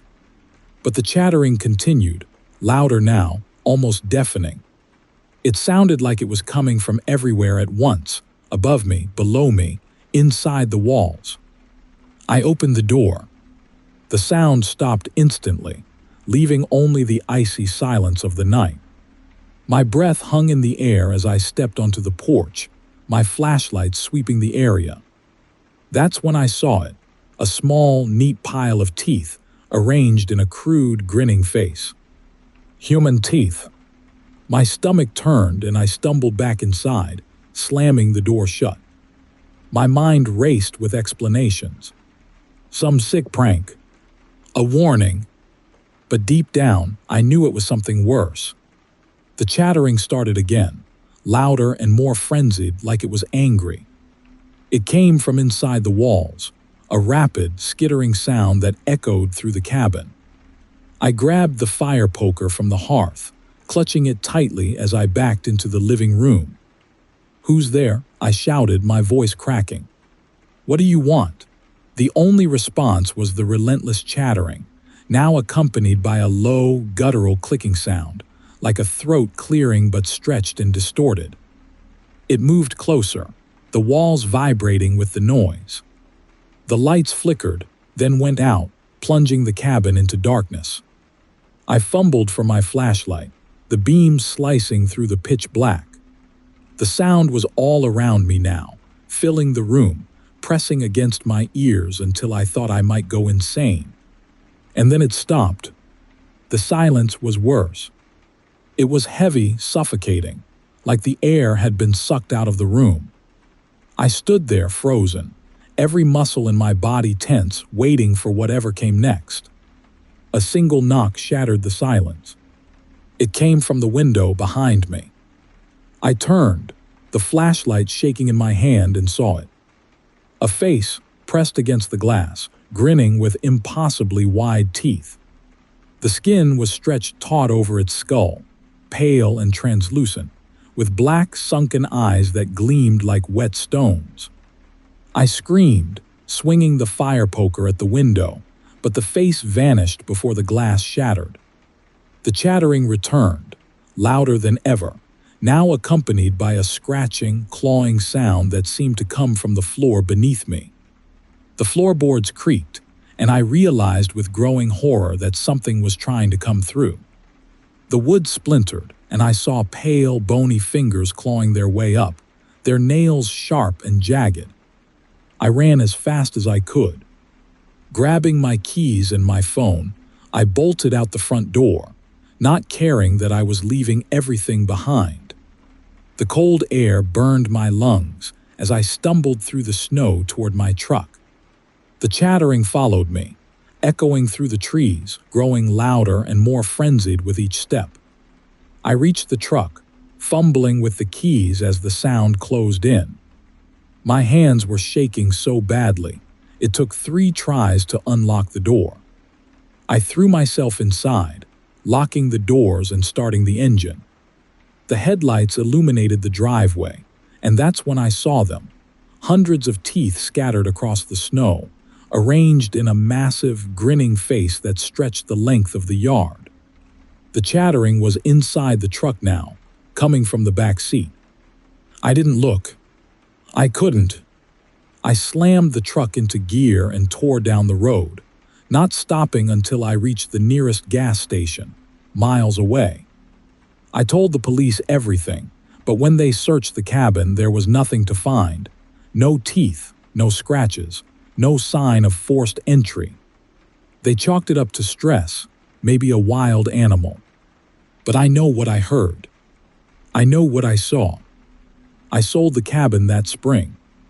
To this day, I can't hear the sound of teeth chattering without feeling a cold knot of fear in my stomach.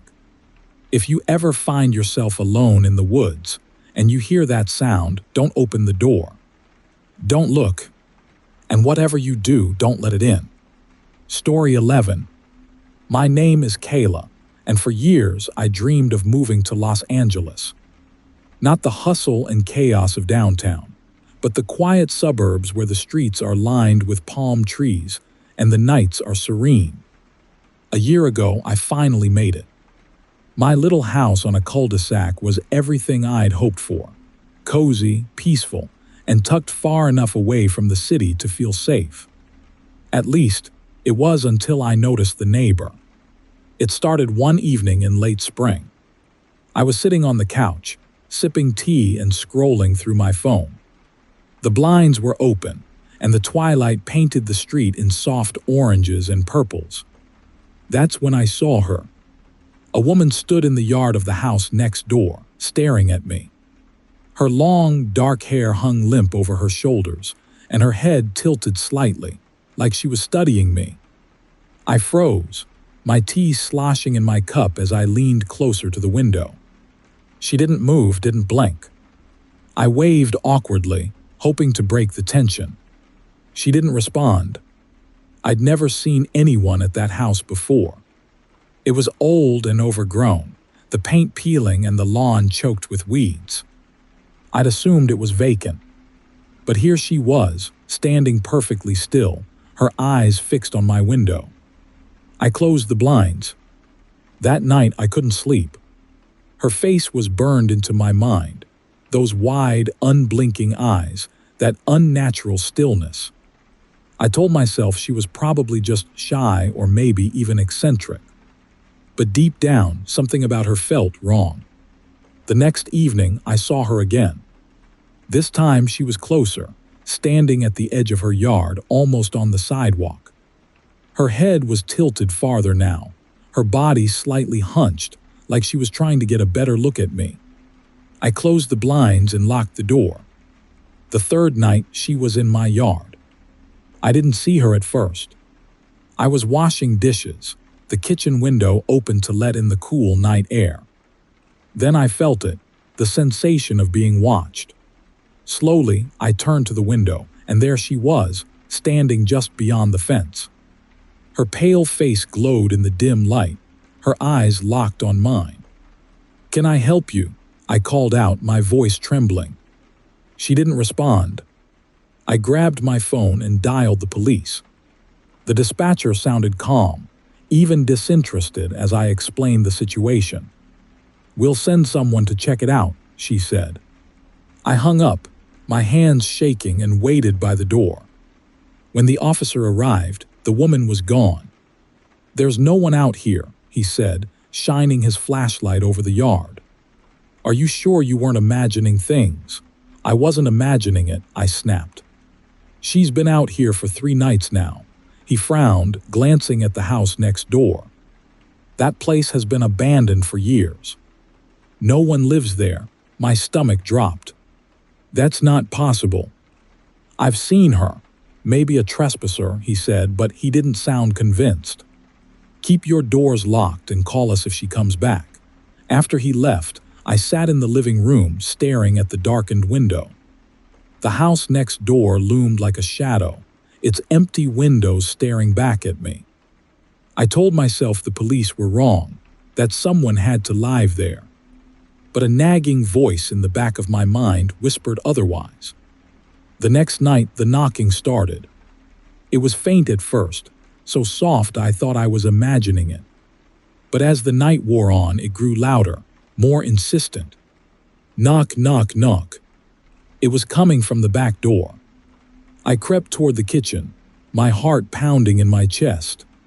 The curtains over the back door fluttered in the breeze from the open window, and the sound of knocking echoed through the house. I pulled the curtain aside. She was there, standing inches from the glass, her face level with mine. Her head was tilted so far it was nearly horizontal, and her wide eyes glistened in the moonlight. She raised her hand and knocked again, her knuckles hitting the glass with a deliberate rhythm. I stumbled back, my breath catching in my throat. "Go away," I screamed. She didn't move. Grabbing a knife from the counter, I fumbled for my phone and dialed 911. This time, the line was static-filled, the operator's voice faint and garbled. "I need help," I shouted, but the call dropped before I could say more. When I turned back to the door, she was gone.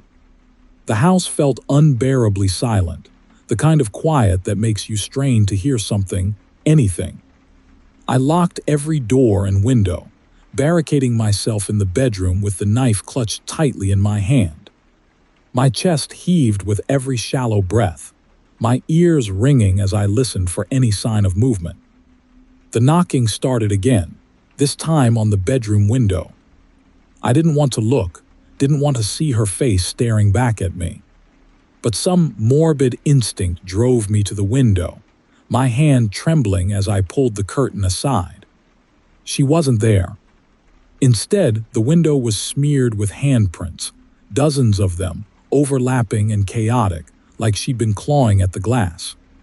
The sight made my stomach churn and I backed away, bumping into the dresser behind me. A loud crash came from the living room. I bolted to the door, gripping the knife so tightly my knuckles ached. Peering into the hallway, I saw nothing but shadows stretching across the floor. The living room was dark, the faint glow from the streetlights barely illuminating the overturned coffee table and shattered lamp. Then I heard it. A low, wet gurgling sound, like someone trying to breathe through a blocked throat. It came from the corner of the room, just beyond the reach of the light. "Who's there?" I whispered, my voice barely audible. The gurgling stopped. Slowly, something emerged from the shadows, a pale, twisted figure crawling on all fours. Her limbs were bent at impossible angles, her movements jerky and unnatural. She stopped in the middle of the room, her head snapping up to look at me. Her grin was impossibly wide, her teeth jagged and yellowed. I screamed, throwing the knife at her and bolting for the door. I didn't look back as I ran into the night, the cold air biting at my skin. My feet pounded against the pavement as I sprinted to the nearest gas station, the fluorescent lights a welcome beacon in the darkness. When the police arrived, they found nothing. The house next door was empty, the interior coated in a thick layer of dust, as if no one had been there in years. My own house was undisturbed, save for the broken lamp and the smeared handprints on the bedroom window. I moved out the next day. I couldn't stay, not with the memory of her twisted form burned into my mind. Sometimes, I still hear faint knocking at night, even though I live miles away. If you ever see someone staring at you from a window, don't assume they're your neighbor. And if they knock, don't answer. Some doors are better left unopened. Story 12. My name is Emily, and I've never told anyone what happened to me that night in San Francisco. Maybe saying it out loud will help, or maybe I just need someone else to hear it so I don't feel like I'm losing my mind. I don't know, but I do know this. Something evil came for me that night and I barely escaped. I had just moved into a tiny studio apartment near Haight Street, my first time living alone. It was an old building with creaky floors and windows that rattled in the wind, but the rent was cheap, and I liked the idea of independence. The place had a charm to it: original hardwood floors, a clawfoot tub, even a landline phone mounted on the wall, straight out of the 70s. I never thought much about the phone. It came with the apartment, and I hadn't bothered to set it up since I mostly used my cell. That night, I'd been up late studying for an organic chemistry exam. The clock read 2:13 a.m. when I finally closed my laptop and decided to call it. I was halfway to bed when the landline rang. The shrill sound echoed through the apartment, startling me. I stared at the phone like it was some alien artifact. Who even used landlines anymore? For a moment, I debated ignoring it, but curiosity got the better of me. I picked up the receiver. "Hello." A faint crackle of static greeted me, followed by a whisper that froze the blood in my veins. It was my voice. My own voice, whispering, "I'm inside the house." I slammed the phone down, my heart pounding so loud I could barely think. It had to be a prank. Someone messing with me. But how would anyone even know my number? I hadn't given it to anyone, not even my friends. The apartment felt suffocatingly quiet. Every creak of the floorboards, every gust of wind against the windows made me jump. I grabbed my phone and texted my best friend, Kayla. "You awake?" No response. Then the landline rang again. I didn't want to answer it, but something compelled me to pick it up. My hands shook as I brought the receiver to my ear. "Hello." This time the whisper was sharper, angrier. "Check the bedroom." I froze. My bedroom door was open, the light spilling out into the hallway. I hadn't turned it on. Gripping my phone like a lifeline, I crept toward the room. Every step felt like walking into a trap, but I had to know. The light buzzed overhead, casting harsh shadows across the small space.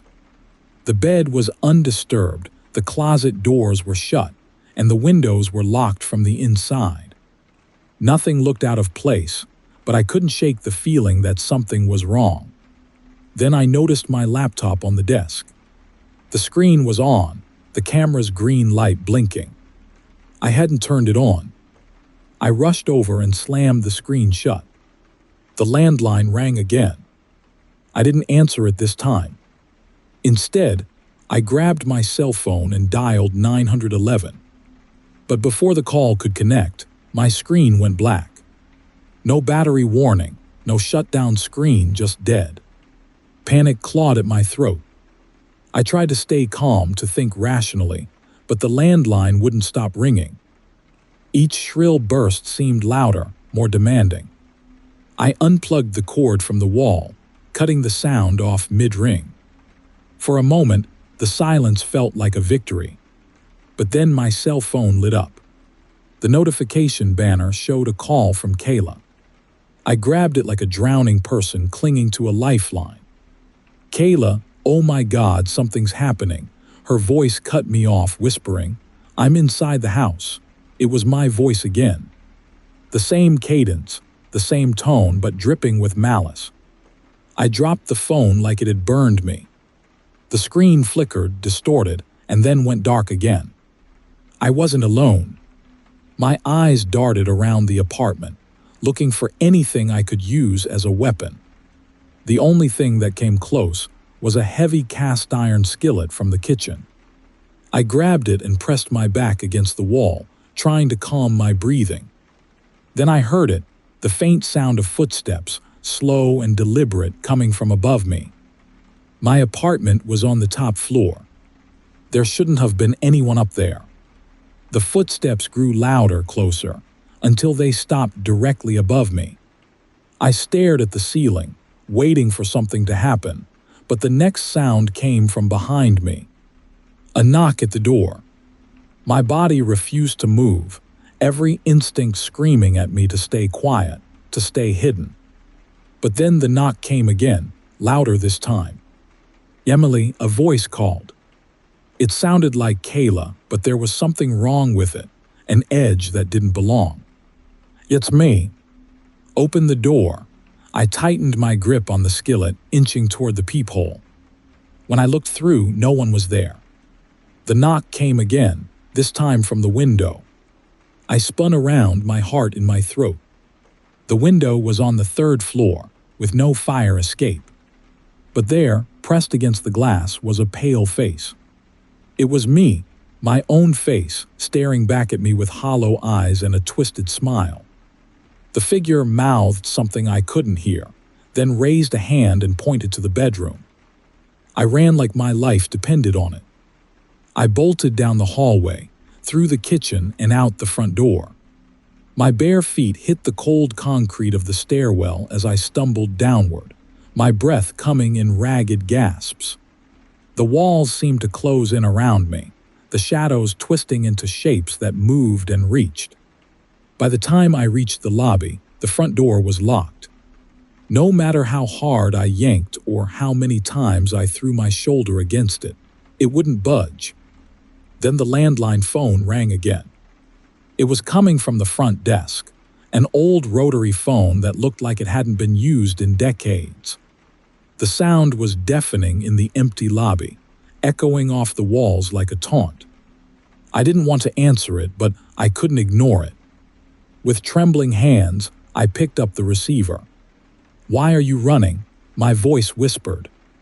The lights flickered, plunging the lobby into darkness. When they came back on, the front door was wide open. I didn't hesitate. I ran out into the street, not stopping until I reached a 24-hour diner 2 blocks away. The staff must have thought I was insane, barefoot and clutching a skillet, but I didn't care. I just needed to be around people. I stayed there until morning, nursing a cup of coffee I couldn't drink. When the sun came up, I returned to my apartment. The door was ajar, the chain hanging limp. Inside, everything was exactly as I'd left it, except for the phone. It was off the hook, dangling by the cord, and written on the wall in black marker were the words, "I'm still inside." Story 13. My name is Adam, and I've never been a superstitious person. I grew up on science, logic, and the belief that the world was explainable. But nothing I knew, nothing I believed, could explain what happened to me that night in Monterey. It was late October and the tourists were gone, leaving the town quiet and still. I'd rented a small bungalow on the coast for a few months while working remotely. The place was cozy, a little rundown, but the ocean view made up for the creaking floors and drafty windows. Most nights, I'd sit on the porch with a glass of whiskey, listening to the waves crash against the cliffs. That night was no different at first. The air was crisp, the moon bright, and the stars shimmered like scattered diamonds. I just poured myself a drink when I noticed the fog rolling in. That wasn't unusual. Monterey was known for its foggy evenings. But this fog was different. It wasn't gray or white, but a deep, unnatural black. It moved like it was alive, tendrils creeping across the ground, swallowing everything in its path. Within minutes, it had blotted out the stars, the moon, and even the streetlights down the road. My porch light barely penetrated it, casting a weak halo that made the encroaching darkness feel even more oppressive. I told myself it was just a heavy fog, denser than usual. I tried to ignore it, sipping my whiskey and scrolling through my phone. But then I heard it, a soft, deliberate knock at the front door. I froze, my thumb hovering over the screen. No one should have been out there. The nearest neighbor was half a mile away, and the fog was so thick I couldn't even see my own driveway. The knock came again, louder this time. I stood, my heart pounding, and approached the door. "Who's there?" I called out, trying to keep my voice steady. No response. Just the sound of the ocean and the oppressive silence of the fog. I peeked through the peephole, but it was useless, just an impenetrable wall of black. Another knock, harder this time, rattled the door on its hinges. "Go away," I shouted, my voice cracking. Silence. Then, from somewhere behind me, the faint sound of glass creaking. I spun around, my eyes darting to the large picture window in the living room. At first, I thought it was a trick of the light, but then I saw it, a handprint, oily and black, smeared across the glass. I grabbed my phone and turned on the flashlight, aiming it at the window. The beam caught a face, pale, distorted, pressed against the glass. Its eyes were hollow, its lips curled into a grin that sent shivers down my spine. I stumbled back, nearly dropping the phone. By the time I looked again, the face was gone, leaving behind only the black smear. The knock started again, this time from the back door. Then the windows. Then the walls. The sound surrounded me, relentless, like a dozen hands pounding in unison. I grabbed a kitchen knife and backed into the center of the room, my breath coming in shallow gasps. The fog outside seemed to pulse, dark shapes forming and dissolving within it. They were human-like but wrong, too tall, their limbs too thin, their movements jerky and unnatural. One of the shapes pressed against the living room window, its face and hands leaving black, oily streaks. Then another, and another. Soon, every window was filled with those ghastly silhouettes, all staring at me with hollow eyes and grinning mouths. I screamed and lunged for the curtains, yanking them closed. But the pounding continued, growing louder, more insistent. "Leave me alone," I shouted, my voice breaking. Then, as suddenly as it started, the knocking stopped. The silence was deafening, broken only by the distant sound of waves. I stood there, trembling, the knife clutched tightly in my hand. For a moment, I thought it was over. Then the lights went out. I was plunged into darkness, the black fog outside seeping into every corner of the house. My phone's flashlight was the only source of light, casting long, flickering shadows on the walls. That's when I heard it. A voice, soft and melodic, whispering my name. "Adam." It came from the hallway leading to the bedroom. Slowly, I turned, the flashlight trembling in my grip. The fog had seeped through the cracks under the door, pooling on the floor like liquid smoke. "Adam," the voice whispered again, closer this time. I backed away, my pulse hammering in my ears. The fog swirled, rising up, forming a shape, a tall, gaunt figure with eyes like black voids. It grinned, its teeth impossibly white against the darkness. I did the only thing I could think of. I ran. I bolted for the front door, fumbling with the locks. My hands were slick with sweat, and it felt like an eternity before the deadbolt finally gave way. The door flew open, and I stumbled onto the porch. But the fog was everywhere, thicker than ever, and the shapes were moving within it, circling, closing in. "Adam," the voice called again from every direction now, echoing in my head. I sprinted toward my car, parked at the edge of the driveway. The fog clawed at me, cold and heavy, slowing me down. I could feel them behind me, their breath on my neck, their fingers brushing against my skin. I threw myself into the car and slammed the door shut, locking it just as something heavy hit the window. The shapes pressed against the glass, their faces distorted, their oily hands smearing the surface. They were everywhere, surrounding the car, their whispers growing louder, more frantic. I fumbled with the keys, my hands shaking so badly I could barely fit them into the ignition.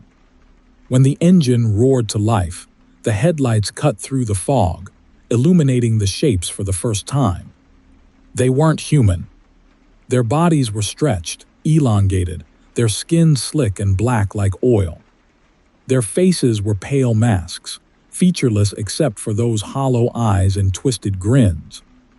I hit the gas, the tires screeching as I tore down the driveway. The shapes chased me, their movements impossibly fast, but I didn't look back. I couldn't. When I reached the main road, the fog suddenly stopped, as if some invisible barrier had been crossed. The headlights cut through the night, and I was alone again. I drove straight to a motel on the edge of town and spent the night with every light on, the knife still clutched in my hand. When I returned to the bungalow the next morning, it was empty.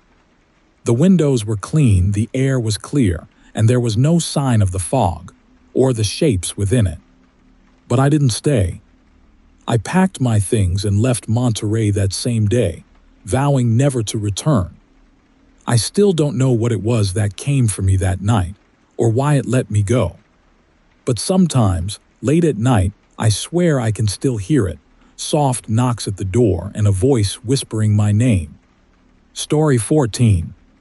My name is Sarah, and I've lived in San Francisco for 5 years. I love the city, the fog rolling over the bay, the way the lights twinkle from the hills at night.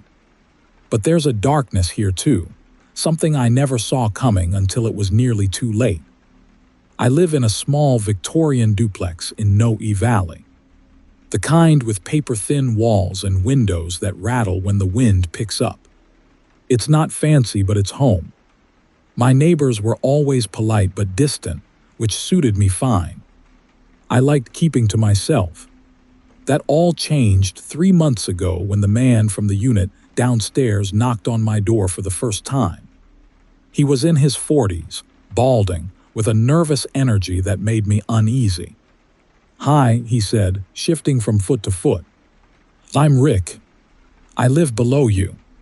Sorry to bother you, but I'm out of sugar. Could I borrow some?"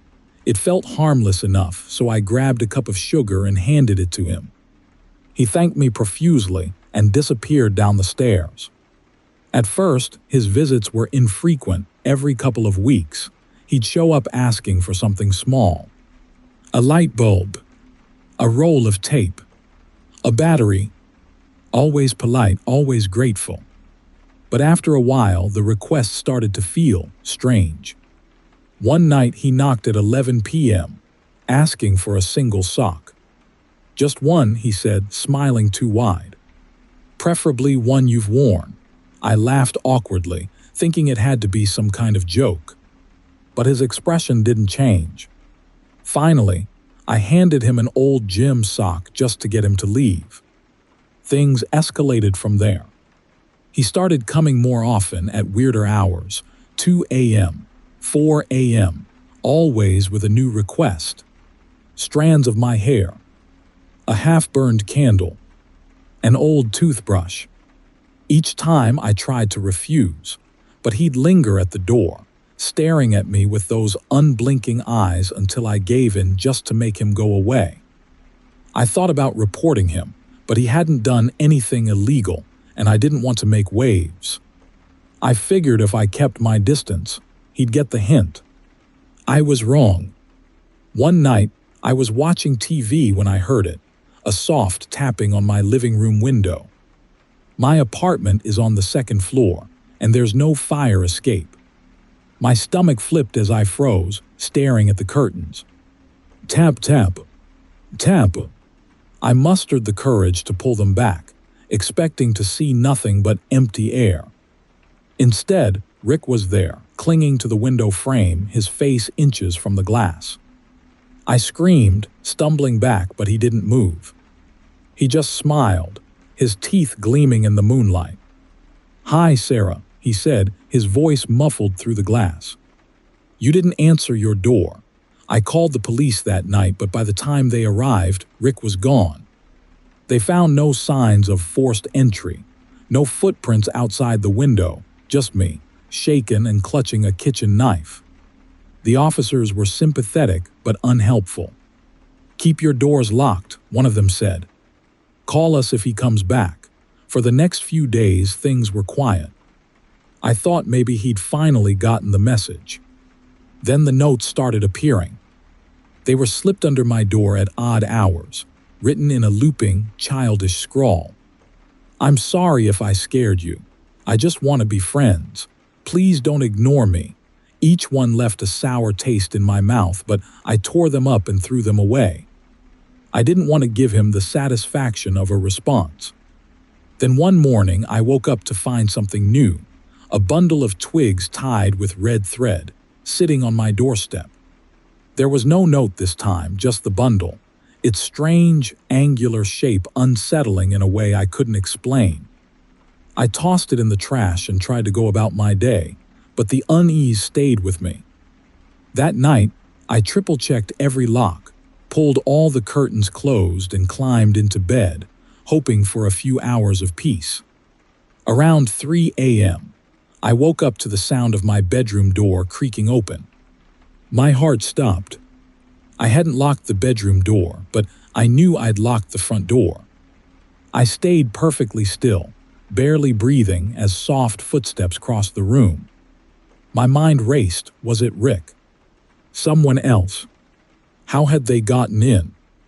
The footsteps stopped next to my bed.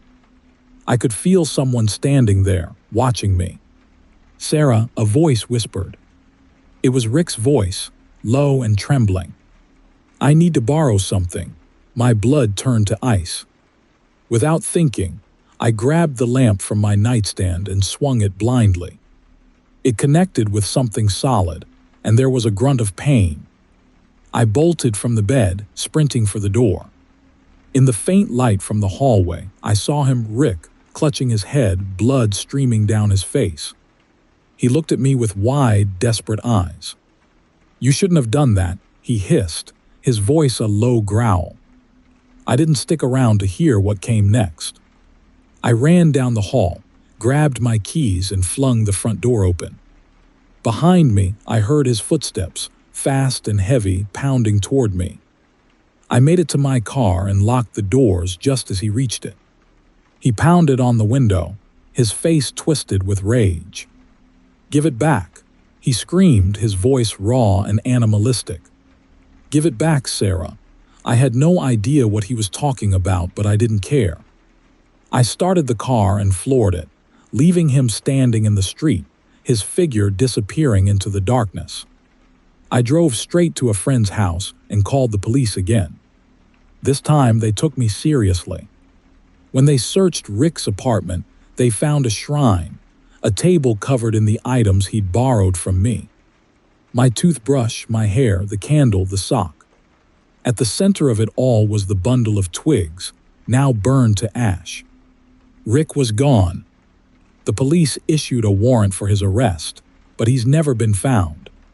Sometimes, late at night, I still feel like I'm being watched, like he's out there, waiting for the right moment to come back. I moved out of that apartment as soon as I could, but I'll never forget the look in his eyes, the way he smiled as he asked for one last thing. And if you ever have a neighbor like Rick, someone who seems too friendly, too persistent, listen to your instincts. Because some people don't just borrow. They simply take. Story 15. My name is Maya, and I never thought I'd feel unsafe in my own home. When I moved to the Hollywood Hills, it felt like a dream come true. A quaint little bungalow tucked into the hillside, away from the chaos of the city. But what happened to me there turned that dream into a nightmare. It started with the noises. I'd been in the house for about 3 months when I first noticed them, soft, rhythmic thuds coming from under the floor late at night. At first, I thought it was just the house settling or maybe animals scurrying around. But the sounds were too deliberate, too patterned. I convinced myself it was nothing and tried to ignore it, but as the weeks went on, the noises grew louder. Sometimes it was a scraping sound, like nails dragging against wood. Other times it was faint whispers that seemed to echo up through the vents. One night, I was lying in bed when the noise woke me again. This time, it was a series of muffled thuds, followed by what sounded like shuffling. I couldn't take it anymore. Grabbing a flashlight, I decided to investigate. The crawlspace access was in the laundry room, a small door I'd never bothered to open before. My hands shook as I pulled it open and shone the flashlight inside. The beam illuminated a narrow space filled with cobwebs and dust, but nothing unusual at first glance. Then I saw it, a hole about 3 feet wide, carved into the dirt at the far end of the crawlspace. The edges were smooth, as if someone had spent hours digging it by hand. I felt a cold sweat break out across my skin. Who had made this? And where did it lead? I crouched down and crawled toward the hole, every nerve in my body screaming at me to turn back. The tunnel extended farther than my flashlight could reach, disappearing into darkness. I should have stopped there, but curiosity got the better of me. I crawled into the tunnel, the damp earth pressing against my palms and knees. The air grew colder as I moved forward, the faint smell of decay wafting through the narrow passage. After what felt like an eternity, I reached the end of the tunnel and found myself staring at a trapdoor above me. I hesitated, my breath catching in my throat. Slowly, I pushed the door open just a crack, enough to peek inside. The room above was dimly lit, with bare concrete walls and shelves lined with jars. My stomach churned when I realized what was in them: teeth, fingernails, even tufts of hair. Then I noticed the workbench. Laid out on the surface were tools, rusty pliers, a hammer, and a serrated knife, stained with what looked like dried blood. I slammed the trapdoor shut and scrambled back through the tunnel as fast as I could. My heart was pounding, my mind racing with questions. Whose basement was that? And how long had this tunnel been there? When I finally emerged back into my crawlspace, I locked the access door and called the police. They came quickly, a pair of officers who didn't seem to take me seriously at first. But when I showed them the tunnel, their expressions changed. They explored it, emerging minutes later with grim faces. "That leads to your neighbor's property," one of them said. "We'll need to investigate further." I didn't know much about my neighbor. His name was Eric, and he lived alone in the house just downhill from mine. He seemed normal enough, polite, unremarkable. But now, I couldn't shake the image of those jars in his basement. The police went to question him, leaving me to pace nervously in my living room. About an hour later, they returned. "He denies any knowledge of the tunnel," the officer said. "Claims he's never been in his crawlspace. But we'll keep an eye on him." That wasn't good enough for me. The next day, I saw Eric in his driveway. I decided to confront him myself, to see if I could read anything in his expression. "Hi, Eric," I called out, forcing a smile. "Can I ask you something?" He turned to me, smiling back. Too wide, too forced. "Of course, Maya. What's on your mind? Do you know anything about the tunnel under our houses?" I asked, keeping my voice casual. His smile didn't falter, but his eyes darkened. "Tunnel? I have no idea what you're talking about." He was lying. I could feel it. "Well," I said, trying to match his fake cheerfulness, "the police said it connects to your basement." "It's strange, don't you think?" He chuckled, but it didn't reach his eyes. "Very strange. But I'm afraid I can't help you. Let me know if you figure it out, though." He turned and walked back into his house, leaving me standing there with a knot of unease in my chest.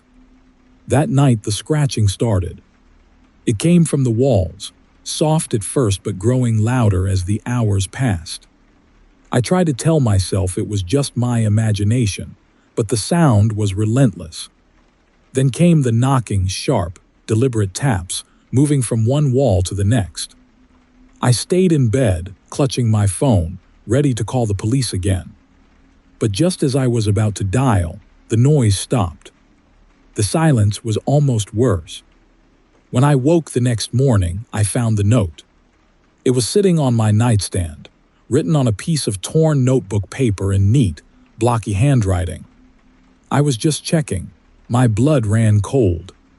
My bedroom door had been locked all night. The windows were shut. There was no way anyone could have gotten in. I called the police again, but by the time they arrived, the note was gone. I swore I hadn't touched it, but they looked at me like I was crazy.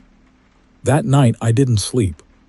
I sat in the living room with every light on, a kitchen knife in my lap, waiting for something to happen.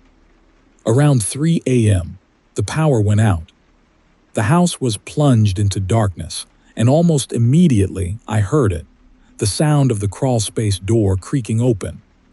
I grabbed the knife and crept toward the laundry room, my pulse pounding in my ears. The door was ajar, the darkness inside the crawlspace yawning and infinite. Then I heard his voice. "Maya," Eric whispered, his tone mocking and playful. "I just want to borrow something." I ran away. I sprinted out the front door, barefoot and clutching the knife, and didn't stop until I reached the gas station at the bottom of the hill. The police searched the tunnel again the next day, But this time, it was collapsed, deliberately caved in, as if someone didn't want it to be found. Eric disappeared after that. His house was emptied, his car gone, no forwarding address. The police assured me he'd probably skipped town, but I couldn't shake the feeling that he was still out there, watching, waiting. I moved out of the Hollywood Hills not long after, but even now, I sleep with the lights on, the doors locked, and a knife within arm's reach. Because sometimes, late at night, I still hear the scratching. And I wonder if he's found another way in. Story 16. My name is Ben and I live, or lived, in a quiet suburb just outside Sacramento. The kind of neighborhood where you know your neighbors by name, and the biggest drama is someone forgetting to mow their lawn. I'd moved there for the peace and quiet.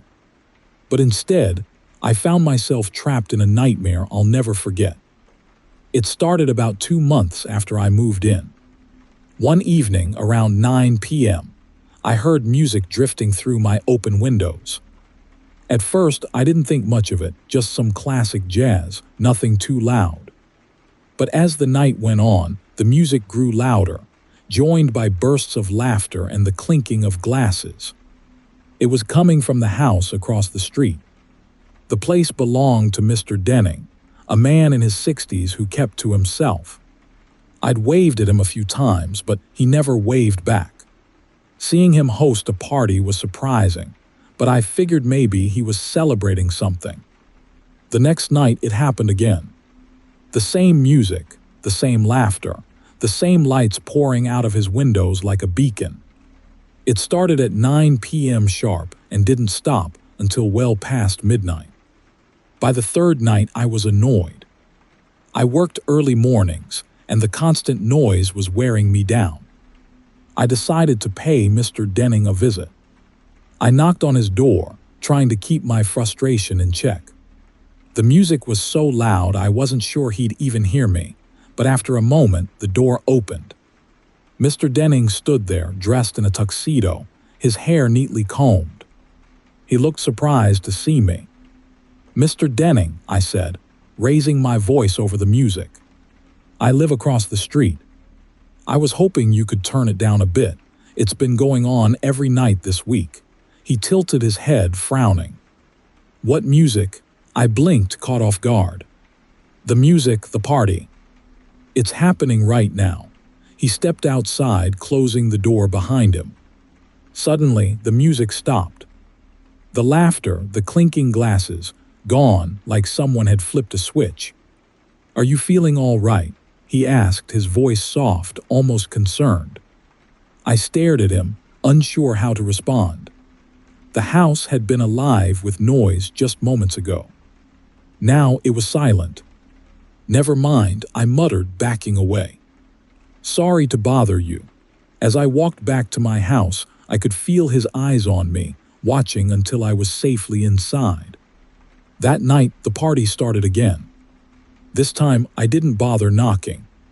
I tried to ignore it, burying my head under a pillow, but the laughter seemed louder, the music sharper. By 2 a.m., I'd had enough. I grabbed a flashlight and decided to take a closer look. The street was dark and empty, the only light coming from Mr. Denning's house. I crept across the lawn, the grass cool and damp under my feet. As I approached, I could see shadows moving behind the curtains, figures dancing, raising glasses, their movements smooth and rhythmic. I pressed my ear to the window. The laughter sounded off, like a recording played on a loop. Curiosity overrode my fear. I tried the back door and found it unlocked. Inside, the music was deafening, but the house was cold, almost frigid. The air smelled like mothballs and something metallic. The living room was filled with people, or what I thought were people. Mannequins, dozens of them, were arranged around the room. Some stood in pairs, frozen mid-dance. Others sat on the couch, holding empty champagne flutes. Their faces were blank, expressionless, but someone had dressed them in formal wear, suits, evening gowns, jewelry. Mr. Denning stood in the center of it all, holding a glass of wine and talking to one of the mannequins as if it were alive. "Isn't this just divine?" he said, laughing. "What a marvelous party." My stomach churned. I wanted to leave, but my feet wouldn't move. Then one of the mannequins turned its head. I gasped, stumbling backward. The mannequin, a woman in a red dress, had shifted, her blank face now pointed directly at me. Mr. Denning turned, his smile widening. "Yo, Ben. You made it. Come in, come in." I shook my head, backing toward the door. I have to go." "Nonsense," he said, setting his glass down. "You can't leave now. The party's just getting started." The mannequins began to move. Slowly at first, small, jerky movements like puppets on strings. Then faster, more fluid. They turned their heads, their blank faces locking onto me. I ran. I bolted for the door, but it slammed shut in front of me. The mannequins moved closer, their limbs creaking, their featureless faces somehow menacing. "Don't be rude, Ben," Mr. Denning called out, his voice echoing over the music. "Stay. Dance with us." I grabbed a chair and swung it at the nearest mannequin. It shattered on impact, pieces of plastic and fabric scattering across the floor. But the others didn't stop. I lunged for the window, throwing myself through the glass. Pain shot through my arms as I hit the ground outside, shards of glass cutting into my skin. I didn't look back. I ran across the street and into my house, locking every door and window. The music stopped. For the first time in days, the street was silent. I stayed awake until morning, my hands shaking, my mind replaying what I'd seen. When the sun came up, I called the police. They searched Mr. Denning's house, but found nothing out of the ordinary. No mannequins, no music, just an empty, dusty home. I moved out of that neighborhood a week later, but I can't shake the feeling that I left something unfinished. Sometimes, late at night, I think I hear music in the distance. Faint but unmistakable. And I wonder if Mr. Denning is still out there, hosting his endless party, waiting for his next guest. Story 17. My name is Jenna, and I used to think nothing bad ever happened in Napa Valley. It's a place where the air smells like vineyards. The streets are lined with oak trees, and the biggest problem anyone has is deciding which wine to pair with dinner. But now, every time I see a hand-woven basket or a rustic craft, my chest tightens, and I feel the urge to run. It all started with a knock on the door. I'd moved into the neighborhood only a few months earlier. It was a gated community, the kind where people wave politely but never really talk. My evenings were quiet, glass of wine, a good book, maybe a movie. I didn't expect anyone to visit unannounced, especially not someone like him. The man on my porch looked out of place. He was tall and gaunt, his skin pale and stretched tight over his bones. His clothes were old-fashioned, like something from a thrift store, and his eyes had a sharp, unsettling gleam. "Good evening," he said, his voice smooth and practiced, like he'd repeated the same line 1,000 times. "I'm Peter, your neighbor from down the street. I'm selling handmade crafts." He held up a small figure, a crude humanoid shape made of sticks, twine, and what looked like animal hair. It was tied together with care but still rough, like something you'd find in a witch's workshop. "Each one is unique," Peter said, his lips curling into a thin smile. "Perfect for warding off bad energy." I tried to be polite, but the thing made my skin crawl. "Thanks, but I'm not really interested," I said, stepping back. His smile faltered, just for a second before he nodded. "Of course. Have a good night." He walked off down the street, his figure disappearing into the shadows. I closed the door, locked it, and tried to shake off the unease that clung to me. The next morning, I found the figurine nailed to my front door. It was the same one he'd shown me, or at least I thought it was. But now it looked different. There were strands of hair woven into the twine. My hair. I froze, my stomach twisting. How had he gotten it? Had he come into my house while I was sleeping? I pulled the figurine down and threw it in the trash, trying to convince myself it was just a creepy prank. But when I stepped outside to leave for work, I saw him. Peter was standing at the edge of my yard, watching me. He didn't say anything, didn't wave. He just stood there, his eyes following me as I backed out of the driveway. That night, I barely slept.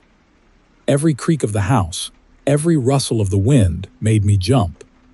I kept my curtains closed, my doors locked, and a kitchen knife on the nightstand.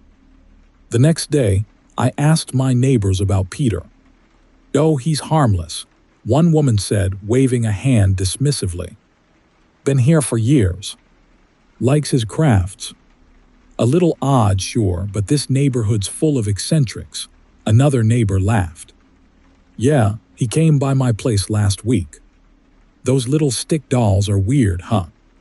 I bought one just to be nice." No one seemed alarmed, but I couldn't shake the feeling that something was seriously wrong.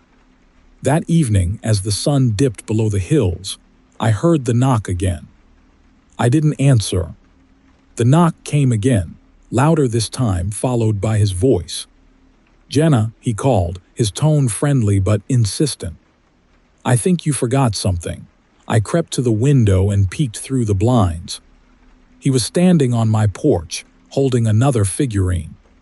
This one was larger, more detailed, with bits of bone tied into the frame. "I made this one just for you," he said, his eyes scanning the window as if he could see me. My heart raced.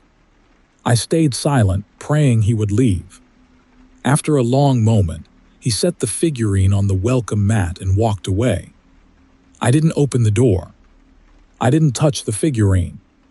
The next morning, it was gone. The days that followed were a blur of paranoia.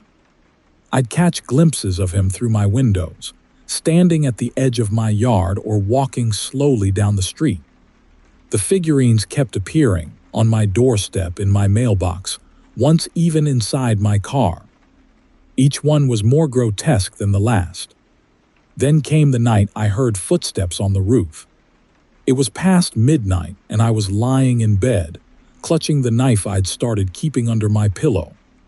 At first, I thought it was the wind, but then I heard it again, a deliberate, heavy step followed by another. I called the police, whispering into the phone as I huddled in the corner of my room. By the time they arrived, the footsteps had stopped, and Peter was gone. The officers didn't find anything, no sign of forced entry, no footprints, nothing to suggest anyone had been there. They told me to keep my doors locked and call if anything else happened. That night I didn't sleep. Around 3 a.m., I heard a noise, soft, almost imperceptible, coming from the hallway. I crept to the door, my knife in hand, and pressed my ear to the wood. "Jenna," Peter's voice whispered from the other side. "Let me in." I backed away, my heart pounding. The door rattled, the knob twisting back and forth. "You don't understand," he said, his voice rising. "You need to take it. You have to take it," I screamed, throwing open the window and climbing out onto the lawn. As I ran toward the street, I saw him, standing in my yard, clutching the largest figurine yet. It was almost human-sized, its limbs crooked and jagged, its head adorned with what looked like antlers. "Come back," he shouted, his voice frantic. "You're not safe without it." I didn't stop. I ran to a neighbor's house, pounding on the door until they let me in and called the police. This time they found him. He was standing in my living room, surrounded by his grotesque creations. They arrested him, but even as they dragged him away, he was smiling. "You'll see," he said. "You'll all see." The figurines were destroyed, and Peter was sent to a psychiatric facility. I sold the house and moved to a different city, far away from Napa Valley. But sometimes, late at night, I hear his voice in my dreams whispering, "You should have taken it." And when I wake up, I can't help but check the corners of my room, half expecting to find one of those horrible, twisted figures waiting for me. Story 18. My name is Mark, and I used to think I lived in the safest neighborhood in Sacramento. A quiet cul-de-sac with friendly neighbors, manicured lawns, and the kind of stillness that makes you feel secure. But one morning I woke up, and everything I thought I knew about my home was gone. It started as any other night. I'd fallen asleep on the couch, TV still playing some late-night sitcom reruns. At around 3 a.m., I woke up to the sound of silence. Not just quiet, complete silence. The kind that presses against your ears and makes you notice every breath, every heartbeat. I figured the power had gone out. The TV screen was black, and the glow of the streetlights outside was missing. I rubbed my eyes and got up to check the breaker box, but as I passed the window, something made me stop. There were no houses outside. The familiar row of homes that lined the street, the Jenkins place with their basketball hoop, the Martins with their white picket fence, they were all gone. In their place was an endless expanse of fog-covered fields stretching into the horizon. I thought I must be dreaming. I pinched my arm, slapped my face, even splashed water on myself in the bathroom. But when I looked out the window again, the view hadn't changed. The cul-de-sac was gone. I grabbed my phone, but it wouldn't turn on. No power, no battery indicator, just dead. My smartwatch, my laptop, even the kitchen clock, everything electronic was lifeless. That's when I heard the first knock. It came from the front door, loud and deliberate. I froze, my heart hammering in my chest. Who could possibly be out there? "Hello," I called, my voice trembling. No answer. I grabbed a flashlight from the kitchen drawer and crept to the door, peering through the peephole. The fog outside was so thick I couldn't see anything, but I could feel someone, or something, waiting on the other side. The knock came again, harder this time. "Who's there?" I shouted. Still no answer. I backed away, clutching the flashlight like it was some kind of weapon. The knock didn't come again, but I could hear faint footsteps, soft and shuffling, moving away from the door. I decided to look outside. I needed to know what was happening. Pulling on a jacket, I opened the door and stepped onto the porch. The air was damp and cold, and the fog clung to my skin like a second layer. My house was the only thing left standing. Everything else was gone. The street, the sidewalks, even the streetlights had vanished, replaced by uneven dirt and wild grass. "Hello," I called out again, my voice barely carrying in the oppressive mist. Something moved in the distance. At first, I thought it was a trick of the fog, but then I saw them, figures, barely visible, standing just at the edge of my flashlight's beam. They weren't moving, just standing there watching. "Who are you?" I demanded, taking a step back toward the house. The figures didn't respond. Instead, they began to multiply. One by one, more shadows appeared, forming a loose circle around me. Their shapes were human-like but distorted, with limbs that were too long and heads that tilted at unnatural angles. I bolted back inside, slamming the door and locking it. My hands shook as I pressed my ear against the wood, listening. At first, there was nothing. Just silence. Then came the scratching. It was faint at first, like nails lightly dragging across the surface, but it grew louder, more frantic, as if whatever was out there was trying to claw its way inside. I backed away, clutching the flashlight, my eyes darting around the room. Then I heard the voice. "Mark." It came from the hallway, low and raspy, like it was being dragged over broken glass. "Mark," it said again, closer this time. I turned, the flashlight shaking in my grip. The beam illuminated an empty hallway, but I could feel something there, watching me. I bolted for the stairs, heading to my bedroom. I needed a plan, some way to figure out what was happening. But when I reached the second floor, the layout of the house had changed. The hallway stretched on endlessly, the walls narrowing and twisting as if the house itself were warping. The doors to the other rooms were gone, replaced by smooth, unbroken walls. The voice came again, echoing from every direction. "Why are you running, Mark?" I spun around, the flashlight beam darting wildly, but there was no one there. Then the floorboards creaked behind me. I turned just in time to see one of the figures emerge from the fog, stepping through the wall like it wasn't even there. Its face, or what should have been its face, was a featureless void, but I could feel its eyes boring into me. I ran away. I didn't know where I was going. The hallway seemed to stretch and twist endlessly, the walls closing in, the air growing colder. The figure followed, its movements slow but deliberate, its long limbs brushing against the walls as it moved. "Stay," the voice whispered. "Stay with us." I reached a door at the end of the hallway and flung it open, tumbling through into the foggy field outside.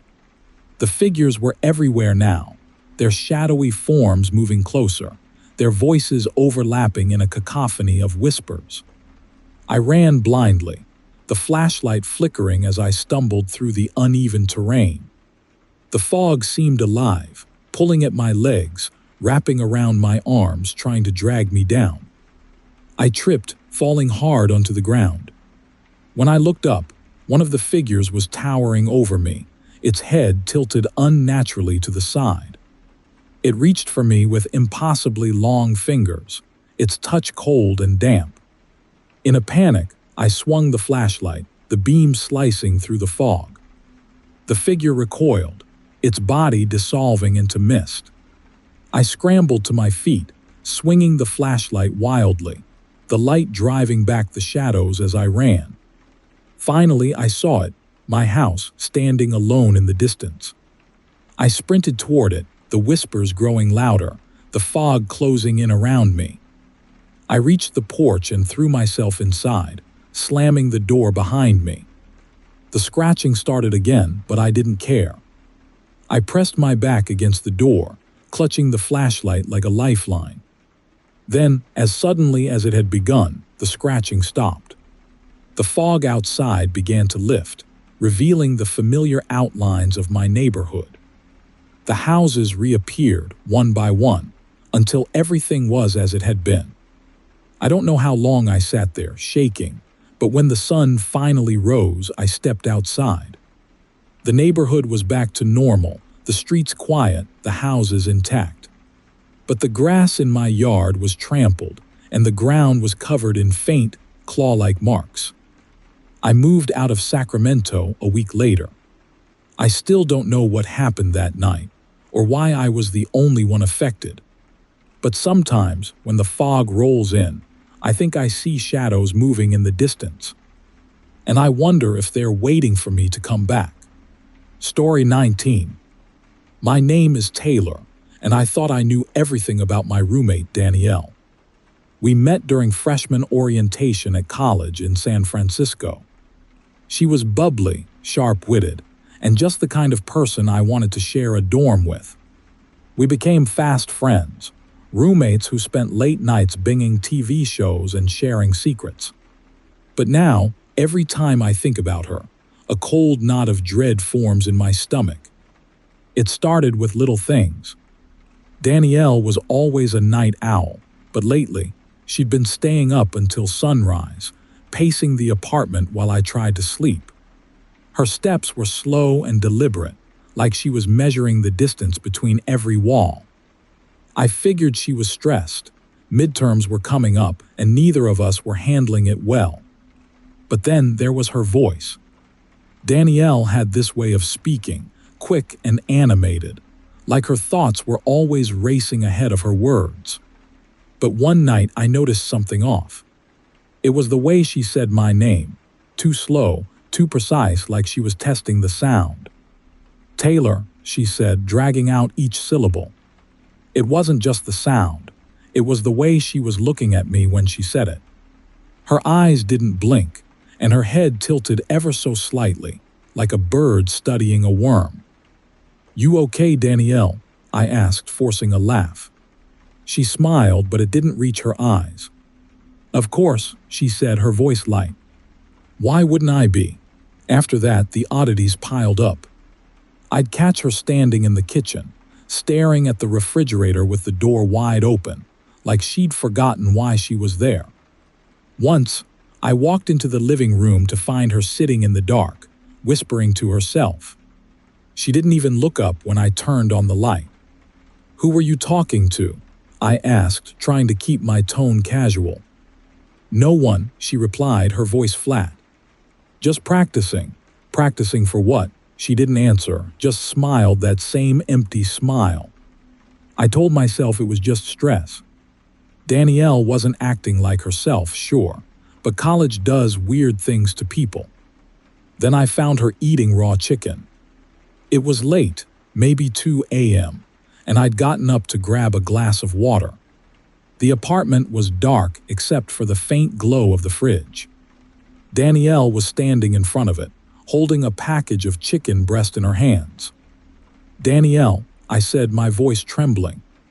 She turned to me, her face blank, her mouth chewing. "You're going to get sick," I stammered, trying to sound more annoyed than scared. She tilted her head again, her eyes gleaming in the dim light. "No, I won't," she said, her voice perfectly calm. I backed away, my heart racing. I locked my bedroom door that night and didn't come out until morning. The next day, I decided to ask her about it.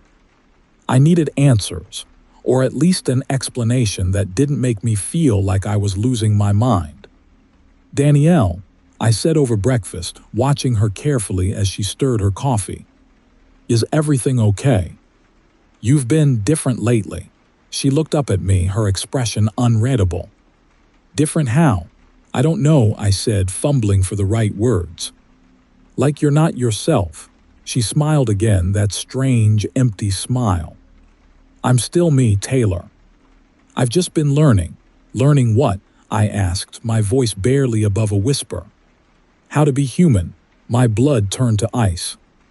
I laughed nervously, trying to shake off the growing unease. "That's a weird thing to say." She didn't respond. That night, I woke up to the sound of her voice, my voice. It was coming from the hallway, soft and muffled, repeating the same phrase over and over. "Taylor, are you awake? Taylor, are you awake?" I grabbed my phone and turned on the flashlight, my hands trembling as I crept to the door. "Taylor, are you awake?" The voice said again, louder this time. I opened the door a crack, just enough to peek into the hallway. Danielle was standing there, her face inches from the doorframe, her eyes wide and unblinking. "Taylor, are you awake?" she said, her mouth forming the words in perfect sync with the voice. My voice. I slammed the door shut and locked it, my heart hammering in my chest. "Go away, Danielle," I shouted. Silence. Then, in a voice that wasn't hers or mine, she said, "Danielle isn't here anymore." I didn't sleep that night. I sat on the floor, clutching a kitchen knife, waiting for something, anything, to happen. When morning finally came, I worked up the courage to leave my room. The apartment was empty. Danielle's bedroom door was open, and her bed was neatly made. Her suitcase was gone, and her closet was empty. It was like she'd packed up and left in the middle of the night. I should have felt relieved, but I didn't. Something was wrong.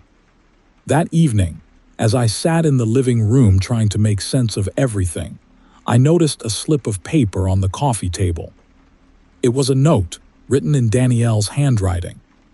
"I wanted to tell you sooner, but I wasn't sure how. Thank you for helping me practice. You made it so easy to learn. You're safe now. I'm finished with you. My hands shook as I read the words over and over. What had I been living with? I moved out of that apartment the next day, leaving most of my belongings behind. I didn't care. I just wanted to get as far away from that place as possible. But even now, in my new apartment across town, I can't shake the feeling that I'm being watched. Sometimes, I hear whispers late at night, soft and familiar, coming from the other side of the door. Taylor, are you awake? And I wonder if Danielle is still out there. Or if whatever had taken her place is looking for someone new to practice on. Story 20. My name is Eva, and I've always hated my birthday. It's not the getting older part, it's the memories. My childhood best friend, Lily, disappeared on my 10th birthday. We were inseparable, practically sisters. But one moment she was with me in my backyard, laughing as we chased each other around the old oak tree, and the next, she was gone. No one ever found her. No clues, no suspects, just a cold, empty mystery that haunted me for years. This year, I turned 30. I didn't want to celebrate, but my family insisted. I finally compromised by agreeing to a small dinner the night before, and promised myself I'd spend the actual day alone, with nothing but a glass of wine and a good book to keep me company. The day started off quietly, just how I wanted it. I slept in, ignored my phone, and spent most of the afternoon curled up on the couch in my San Diego apartment. As the sun set, I poured myself a drink and settled in, grateful for the peace. Then came the knock on the door. It startled me. I wasn't expecting anyone, and I lived in a secure building. No one could get in without buzzing first. I set down my glass and approached the door cautiously. "Who is it?" I called. Silence. Another knock, this one louder. "Who's there?" I asked again, my voice sharper this time. "It's me, Eva," a voice said, soft and familiar. My stomach dropped. It couldn't be. I looked through the peephole, my breath catching in my throat. Standing on the other side of the door was Lily. She looked exactly as I remembered her, same long black hair, same mischievous grin, same twinkle in her brown eyes. She was even wearing the same denim jacket she'd worn the day she disappeared. "Eva, it's me," she said again. "Can I come in?" My hands shook as I unlocked the door and opened it just a crack. "Lily," I whispered, my voice trembling. She smiled. "Happy birthday, Eva." My mind raced.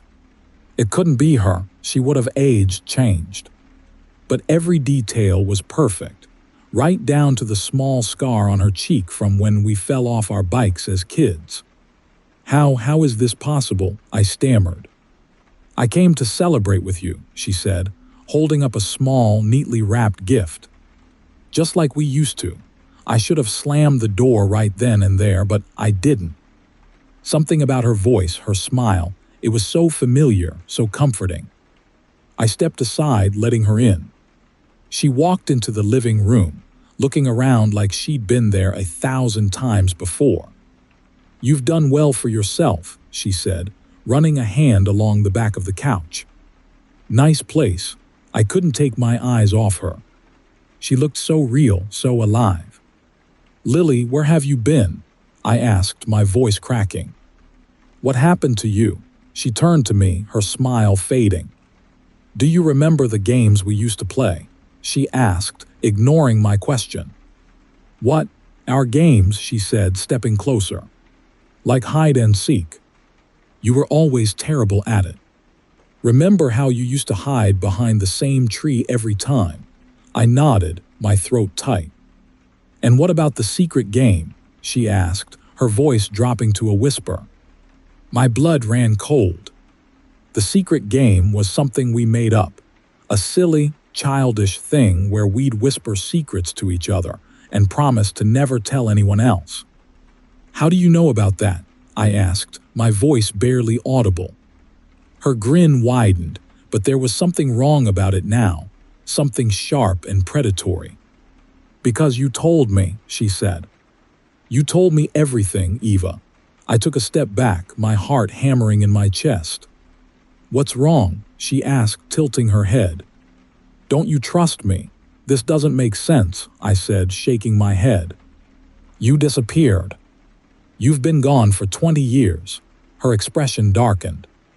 "I didn't disappear," she said. "You left me." "What? You left me in the woods," she hissed, her voice taking on a harsh, guttural edge. I shook my head. "No, that's not true. I looked for you. Everyone looked for you." Her face twisted into something grotesque, her eyes narrowing, her mouth curling into a sneer. "You didn't look hard enough," she growled. I backed away, my hands trembling. "Who are you?" I whispered.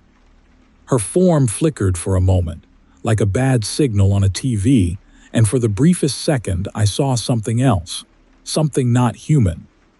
"You know who I am," she said, her voice a distorted echo of itself.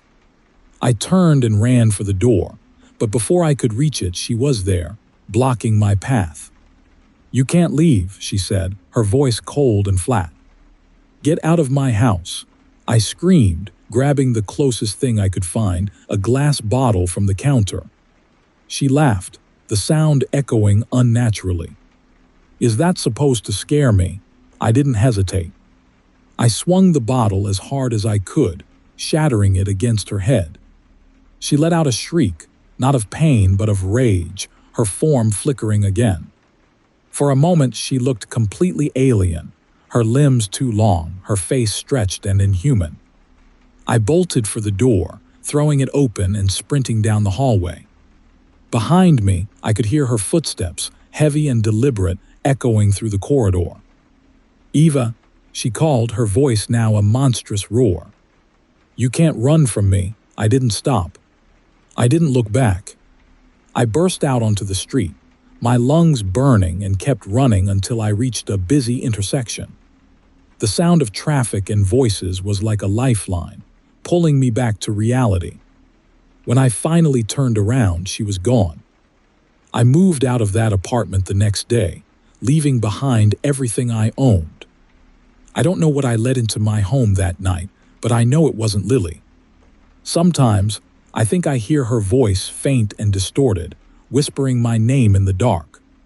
And every year on my birthday, I find a small, neatly wrapped gift on my doorstep. I never open them. That marks the end of this last story. If you enjoyed the video, subscribing to this channel would help me out a lot. I appreciate you, and I'll see you in the next one.